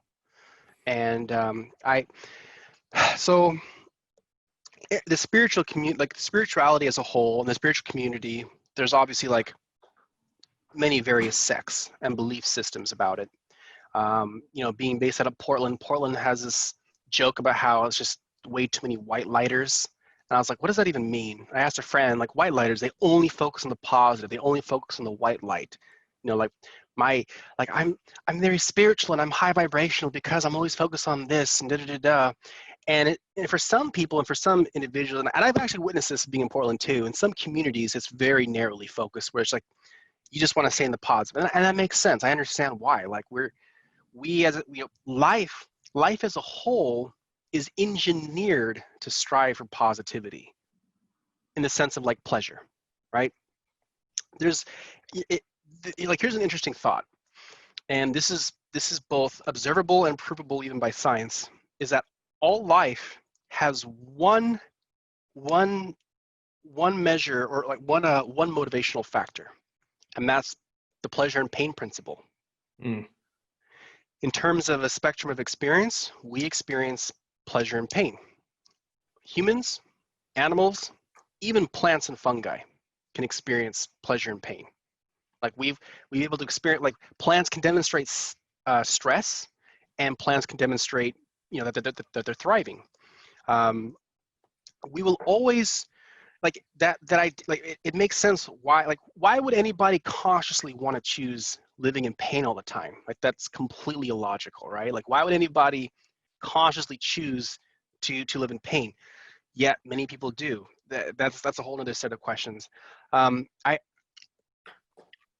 and going back, how does this tie back into like our intention and our incarnational stuff or whatever? And the reason why I brought the whole white light. So I'm going to use another Mayan picture here. I'm going to stop sharing this and open this up in my window again. My very, very first ayahuasca experience, I saw this very clearly in my mind. See the Mayan butterfly. Okay. It's this symbol. I'm going to share my screen again. The Mayan butterfly. Hmm. And the Mayans use this symbol, the Mayan butterfly, as kind of a archetypal symbol of existence, of God, in a sense. The galactic butterfly. It's the galactic creator. And if you look at it in detail, like it's this very beautiful yet perfectly symmetrical balance of dark and light. Hmm. Perfectly symmetrical. Like you see this white, you see this black, and all as a whole, it's together. So even though we want to just be in the white, because let's be very simple about this, and let's just say, okay, white represents positive and good and pleasure. Black represents pain, discomfort, being out of alignment, right? Being unharmonious. Very, very cliche statement. You can't have the light without the dark. Well, duh, right? We need this contrast in order to have a whole. There's this idea that's been floating around about trying to bridge the gap between science and spirituality called 0 point theory. 0 point is this idea where, like, if our consciousness is just a point of energy, right in the center, that would be 0 point, and 0 point is where white and black, pain and pleasure, darkness and light, it's all homeostasis, it's all one. And just like a guitar string at rest, it's not like when a guitar string is at rest and it's not vibrating, there's nothing, right? But as soon as you pluck that string and it's going up and down, it creates this shape, and that shape is its reality, its consciousness, its existence. And there if you look at a two-dimensional layout of a graph, or a two-dimensional layout of like I'll just pull it up. Let's see. Sound wave. Not the transformer. Yeah, so it has these ups and downs, right? The ups are known as peaks and the downs are known as valleys, or like peaks and troughs. Let's say this flat line is 0 point. This is all like light, this is all dark, and then all as a whole picture, it makes up existence. So how I've interpreted this and how this is played out in my own life is, in order to have the complete picture of the human experience, in order to have this as a whole snapshot for you to understand and comprehend fully in your mind, heart, body, and soul, you have to have the whole picture. You have to have the whole gamut. Let's actually imagine that this one symbol represents the human experience. But we were to break this down to a pie graph, take little snapshots. You'll notice that some snapshots have way more white than black, and some snapshots have way more black than white. And going back to that really just simplistic idea that white represents positive and good, and black represents darkness and pain, you got to have both to have the whole picture. What if each little snapshot might have been an incarnation? Like, let's say this snapshot right here has like a lot of white and very little black. Maybe that incarnation, you chose to be a spiritual or religious person who just lived from the heart, was very connected to your soul, and spent a whole lifetime, doing good stuff and being in connection, like you were really aligned. You were in alignment. You were listening to your heart compass. Well, and then you have this lifetime where even though you're like submerged into all this white, like you are totally out of alignment. You're experiencing a lot of pain, a lot of discomfort, and it's a hard lifetime. You have to have all of it. You have to have all those lifetimes all together in order to have this entire snapshot of, oh, okay, this is what the human experience is. So yeah, it just makes sense. We all have lifetimes that had the intention of, I'm going to go into this lifetime and I'm going to be very selfish. I'm going to cause a lot of pain. Someone had to be Hitler. Someone had to be Genghis Khan. Someone had to be these tyrants that cause a lot of pain. And what a gift. What a gift in the sense of, they've shown us a way of human life that experientially might have been very difficult, but because it had been had and it exists, we can then use it as reference of, okay, we don't need to do that ever again, in a sense, the process is the point. The experience is what matters the most, because like being in the present, having that, experiencing those emotions of like, oh, this is really difficult, this is challenging, this really hurts. That's what makes, man, I just sound like some cliche person, but that's what makes life and existence worth it, really. So going back to that question of like the white light versus the gold light. Well, when you're going through these different incarnations and you're integrating, it's all about integration. At some point in maybe our spiritual mastery, and I've been sort of figuring this out for myself, or I've been trying to apply it to myself in the best way possible, is integration. Bashar talks about the point of life is not just to escalate your vibration to this high degree and only be positive and white. No, the point of life is to integrate, to take all the quote unquote bad, the perceived bad, the darkness, and to integrate, not to separate. To be able to consciously go through your pain, to consciously accept your darkness, to consciously fully embrace your totality, which is a perfect balance of white and dark, of light and darkness, of pleasure and pain, to consciously integrate the whole picture. That's when you're able to achieve the snapshot and get your personal unique perspective of what your human experience, aka your godhood, looks like. So all the incarnations through intention, your soul can see this, and your soul maps out, okay, like through free will on that higher level. All right, I want this picture, and in order to get this picture, I'm going to have to dissect it into different lifetimes with these different compositions of light and dark. And even though the incarnations themselves may not understand, which they're not supposed to, not understand why the hell this is happening to them, collectively as a whole, when the incarnations all align and they each bring their piece of the puzzle back, we can then create this picture, and then we can then graduate from this experience. Woo! Wow. Okay, so there's so much that's coming up for me here. Your description makes a ton of sense. Really? Okay. Thanks, man. Yeah, of course. I'm looking at this galactic butterfly, and it's just fascinating to me because that's exactly it, right? The spiritual path is to be able to have a step one experience, as Abraham calls it, a point of contrast, a point of dark, right? Being able to find that harmony, finding that joy. And so step 4 is being really good.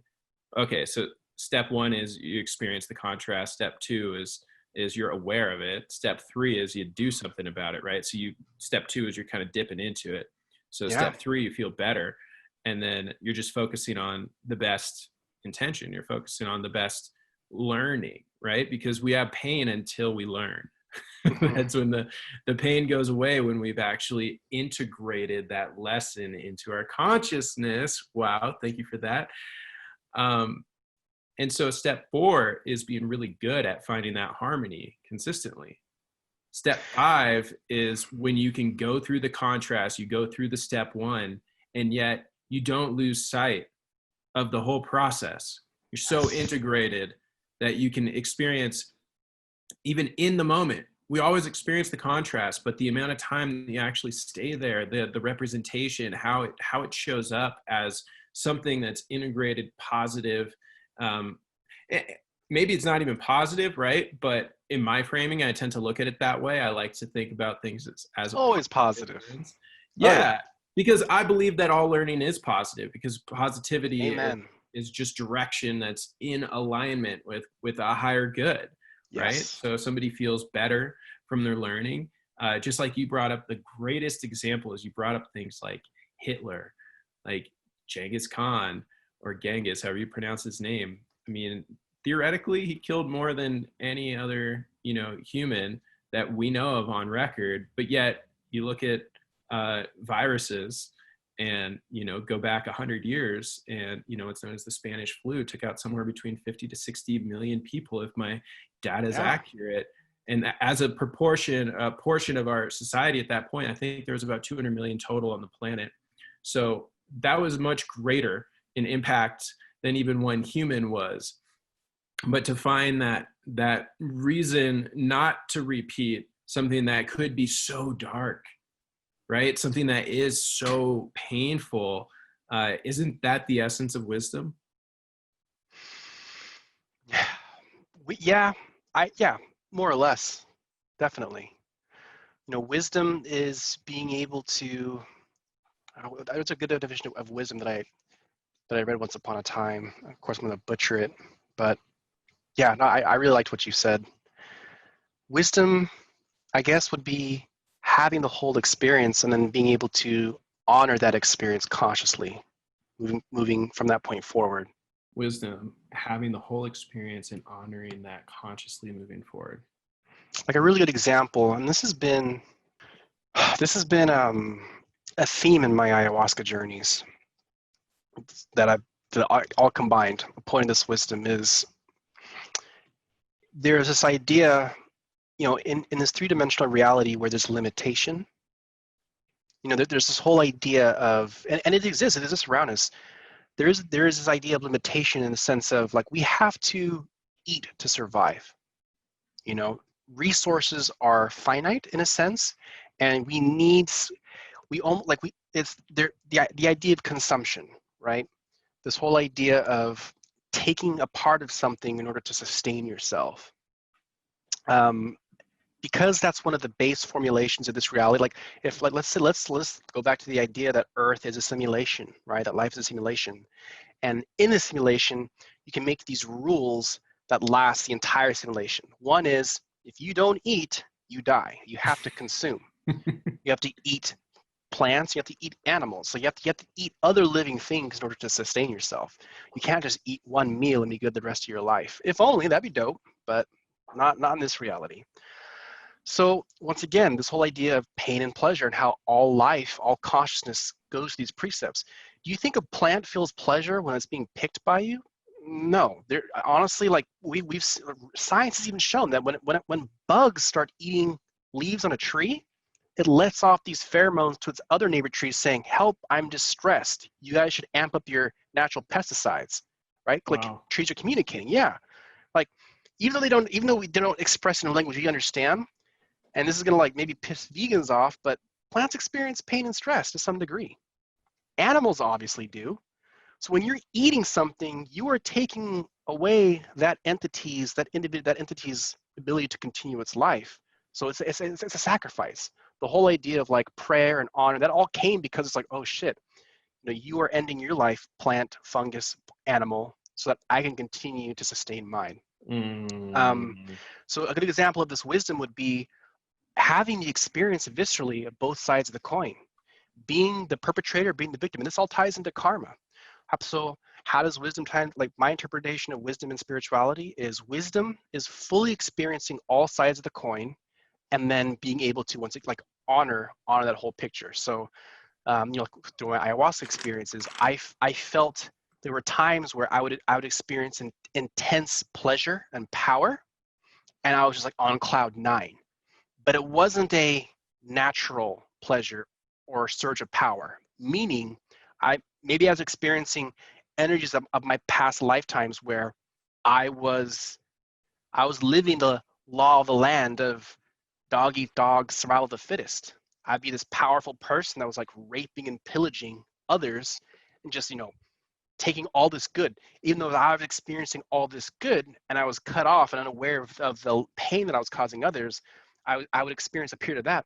And then I would experience the complete opposite. I would experience being raped, being pillaged, having things just taken from me and experience that deep sorrow. So at the end of that journey, at the end of experiencing like, okay, I know what pure pain and despondency feels like. I understand what pure pleasure and power feels like, and I understand the relationship and how they're in balance. My wisdom is I'm going to stay neutral. They both exist. I honor them both. And because of how the nature of reality works, I can use my free will to be neutral and honor both sides but not participate. That's one level of ending. How is that joyous? How is that? Okay, that's a great question. Okay. If we look at the concept of pleasure, we framing this in a spiritual sense, when we think of pleasure, we can easily name very base level concepts of it. Eating delicious food, having amazing sex, getting a massage, very physical, very tangible. There's a biochemical reaction to it, right? But there are other ways to get pleasure. Okay, here's one system that I still to this day believe is like this dude Maslow's hierarchy of needs. This guy nailed it. He tapped into the archetype of human nature and he nailed it. So there are these levels of pleasure that we can achieve, right? So physiological, breathing, food, water, sex, sleep, homeostasis, excretion. Shitting can feel really good. it's all physiological. And based on where you are at in terms of like your living circumstances, your belief systems, your emotional, mental well-being, all that jazz, there are these layers to it. When you on a conscious level use your free will to decide this is good, like I can eat broccoli and be like, man, this is good. My subjective power as a point of creation can deem this broccoli as delicious. I give you that same broccoli with that same charge. You fucking hate broccoli. You eat this like, man, this is terrible. This is torture. This is pain. So there's a level of free will that's involved in all this, but then there are layers of this. Like, so yeah, after you pass the physiological, let's say you have all your physical needs met. Human nature, what's interesting about human nature is you've heard this concept of novelty, right? Mm-hmm. Like you can't eat your favorite food every day, Tyler, and not get sick of it. That's just a bummer, but it's the nature of reality. Right. When you get exposed to the same things, whether it's sex, drugs, food, physiologically, if you get a surplus of it, you'll eventually get sick of it. And the soul, this comes back into like the nature of the soul and how that kind of ties into free will. Your soul's like, all right, I want a different layer of pleasure. You eventually you move up to safety, eventually move up into like sociological and psychological needs. So okay, all your base needs are met. You feel safe. You're working out. You're eating healthy. That's all met. You could still be depressed. Well, maybe because your heart wants some friendships. Maybe your family relationships need improvement. Like these people that are in your lives, you want a good relationship with them, and you can sense on your heart, not just on your heart and your empathetic level, but subconsciously we're constantly gauging to those reactions. Like we have some ability to have empathy and to kind of vibe off each other and say, okay, I have a good rapport with this person. I respect this person. I like this person. You as a good example, Tyler. I really respect and appreciate you as a person. So if I make Likewise. choices, appreciate that. And if I make choices that are out of alignment, that might disappoint me or make you sad, that's going to affect my feelings of a friendship and family and being belonging with regards to you. So even beyond that, there's this level of esteem, self-esteem, confidence, achievement. So let's say you get to the point where you're really good socially, you're treating your family right, you're treating your friends right, and it's a genuine connection. And then you're going along your life, you're just living your life. But then every day it's just like that. Every day, that you have a good vibe, that there's no new challenges or anything. Human nature, novelty, you're gonna get bored. It does start getting to this point where, okay, you know what? I want something a bit more. I want some type of personal achievement. It's like maybe I will start my own business. Maybe I'll write a book. Maybe I'll do a painting. Maybe I'll start a club for like kids that are poor, and I want to help displaced kids or something. You want to do something that's a bit more tangible to your soul. And once you get past the point of that, you get to this it does keep going up. So self-actualization, morality, creativity, spontaneity, problem solving. Now you're getting to a point to where you are just really in the present. You are really in the moment. All of this stuff is already in alignment. You're taking care of it, but now you're just spontaneously getting to this point. So this gets to my own personal belief, my own personal interpretation. But if you are working through all these needs, which on some level can be aligning your chakras, right? You're doing everything that you can on the physical level. Once you get past the physical level, there's this sense of channeling your soul, where you're channeling Rhino Dub with and you as a channeling Rhino Dub. The radio antenna is perfectly straight out. There's no rust. The antenna's not bent. Like imagine you've seen those like old school radio antennas, right? That pull out and elongate, and they're like sectional. Like here, my camera. This is a good point, right? Here's a camera stand, but it's sectional. Now, in order for me to tune into Rhino Dub, the radio station, and to hear that song perfectly and clearly and crisp on the radio, this has to be fully extended. But in order for this antenna to be fully extended to tap into that frequency, every part of this antenna, this bottom piece is the physiological, breathing, food, water, and sex. This has to be in balance. This has to be in harmony. And we have to consciously recognize that this is in harmony.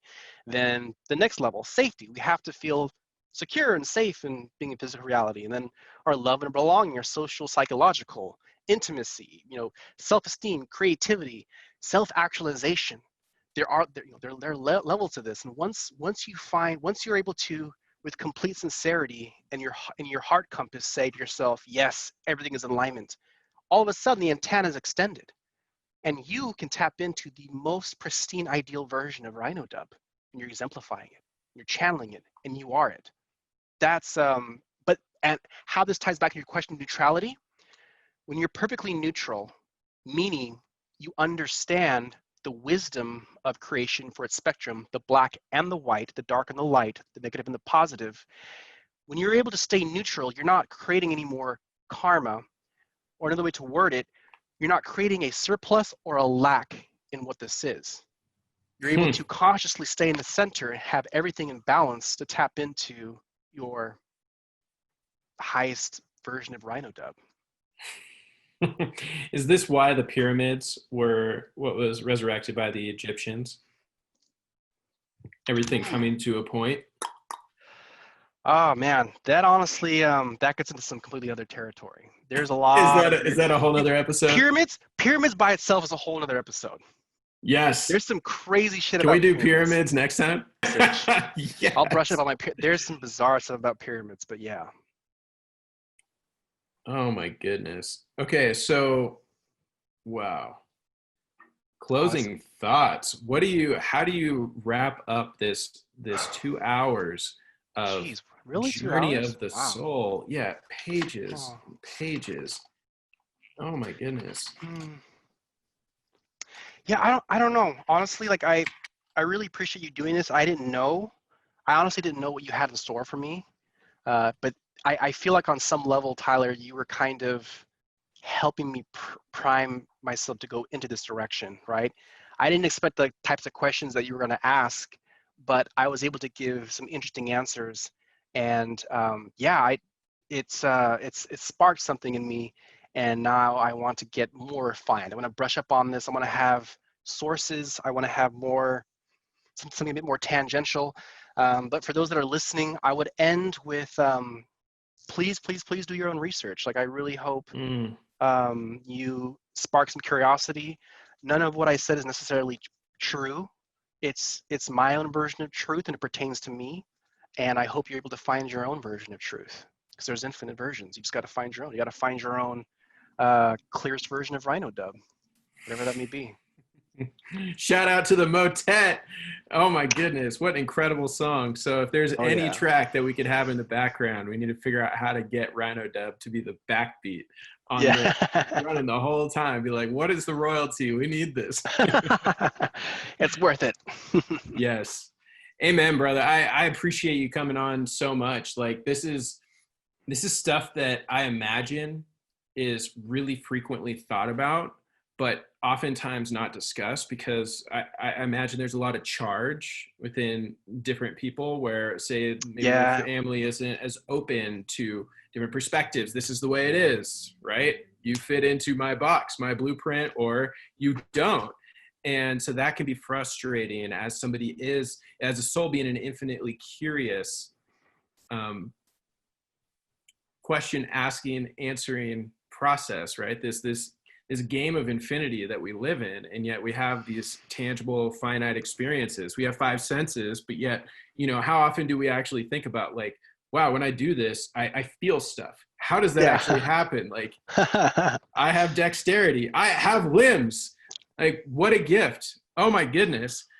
I just saw, this guy, Nick, I think it's Vucevic, Hmm. and he was born without basically any limbs.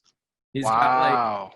yeah, very little. And Kyle Maynard, he actually has a very similar kind of scenario where he's basically has elbows.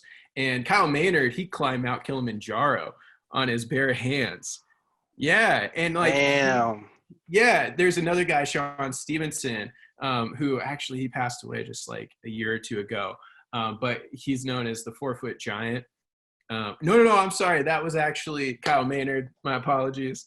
But all these people are coming up for me because this lens of appreciation. You talked about the contrast. The contrast is there for a reason.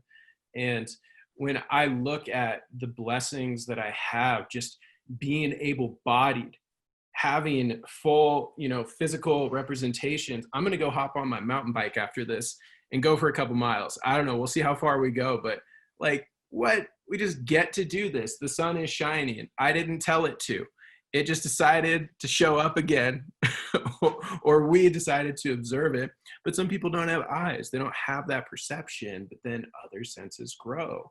Animals have so many other perceptions than us. I mean, if a dog can sense 15,000 times more information in the water, a shark can smell blood miles away. It has like these pulses of energy that give it readings of what's in the water, what's around it, so far away. Whales can have songs that communicate for, I think hundreds of miles. It's Like, insane. yeah, and to think that if all that life is what we see, touch, taste, smell, and hear. We're missing the point. Yeah. Yes. Yes. Shit's So wild, man. thank you so much for diving Thank in you this so much. journey. Thank you for all of your experiences that have consolidated and wrapped to where we got a glimpse of your present day fourth dimensional reality. We got to experience the tangents. We got to experience that snake looking thing as you described, which is also similar to harmonics, right? And vibration, there's always the ups and downs. And that contrast is key, right? We can't experience more on one side than we experienced on the other. The pain, I believe, gives us the direct proportion to be able to experience more of the joy, right? Yes. Some people live very muted lives, and not like that's bad, but that was why my question came up around a muted life versus a wisdom-filled, a wise life, right? What is the distinction? Because if you're constantly neutral, then are you experiencing the full breadth of what life has to offer? Or if you're constantly neutral, are you just flatline, which is also the same thing that happens when we're dead? Yes. That's a very good way to put it. I didn't factor that in. That's a very good point. Yeah, no, I get that. Yeah. I think, once again, going back to the idea of intention and stuff, I think our soul intends us to have an experience where we can't be neutral for a while. Like I think every life that's ever born on this earth is thrust into extreme contrast. And I think some lifetimes, they either end up perfectly, they end up more on the white side versus the dark side. But when I said that, when I made that statement about neutrality, I guess I was coming from the perspective of, let's say you reach a point at the very end of your incarnations. Let's say you reach a point where you are able to tap into all of your other parallel reality selves, filter in all of their experiences, both good and bad, and then you get to this point of completion. I personally believe, I feel it, and what I think is, like, we're not going to be on Earth as humans forever. Like, I don't see this happening forever, never, never, never. I think the human experience will end, and for some of us, supposedly the Mayan calendar and its ending does kind of mark the graduation of, I think, a lot of incarnations on Earth. I think there's going to be a mass exodus of people, and that mass exodus comes from just completion. They reach neutrality on their own, and they appreciate both the light and the dark of what the human experience is. Complete integration. And what is after integration? The next level, whatever the hell that is. It's just a restart of the same game, different chess pieces. I don't think so, man. I have this weird feeling that maybe we incarnate on a totally different planet with totally different rules, but we have our playbook. We have the Earth playbook as a tool. Maybe we're presented a new set of challenges that we needed the Earth rule book, our notes, to survive. Maybe. I know that you listen. Earth School, huh? Yeah. Like one thing that I love about Abraham and Bashar and these other channels, they reference a lot that Earth and the human experience is one of the most difficult in existential reality. Earth is a graduate level school. Earth is very fucking challenging. It's a lot of darkness, a lot of limitations. So if you can graduate Earth school, I think we'll go where we're needed. We might go somewhere else that needs our wealth of wisdom that we collected from living this challenging experience. Who was the other person you said? Abraham and who? Bashar. Oh man. Who's that? Bashar has been Bashar. Now, Bashar's very left field. I'm going to give you a warning, and this part you can leave on or cut out. I don't know. Bashar has been my primary mentor for the past 10 years, honestly. After Seth, I moved on to Bashar. Not the Seth series is super solid. Bashar basically expounds on Seth, and Bashar is actually an extraterrestrial consciousness 1,000 years in our future. 1,000 years? In our future, yeah, linear-wise. And a person named Daryl Anka channels Bashar. And what I love about Bashar is very left-brained. It's a lot of just like logical formulations, equations. It's just no nonsense. Like this is what's up. I really appreciate how the message is delivered. But Bashar nicknames us the masters of limitation. He says that many other intelligent species in other dimensions, other planets, are not nearly as disconnected from the light as Earth is. So for us to be this far removed from the light and to be cast this far into darkness, but still choose love and still choose empathy, it's a powerful example to the rest of creation. A lot of creation looks at Earth and it's just like, holy shit, this is crazy. We are the most insane reality TV show happening in the universe. All eyes are on us. So yeah, kind of a fun thought. Who really knows, right? You know what though? That does sound so self-indulging. Like it does. We're the best one that's out there out of all of these. You know, who knows how many galaxies and planets and potential, you know, incarnations could exist. Yeah. Wow. Yeah. It seems like, you know, Earth is center of the universe kind of talk. A little bit, huh? Yeah. You know, Abraham calls it the leading edge. And Yes. I don't think we could be the leading edge without having the most contrast. So. Ooh, that is a great point. And to be fair, we have come a long ways. I mean, we have killed each other in the most violent ways possible in just the name of God. So I think we've come a long ways. Now we can say, oh, what? No way. Like, it can't be that bad. But based off of where we've come from, yeah, Earth's been a lot darker. So we could take some pride in choosing, in our intention to choose to be human at this time and place. So yeah. Wow, that is a perfect place to wrap. I can't believe it. We have so many additional places that we can travel and go in this intellectually stimulating process of discovery of what the self is, what our incarnations are really all about.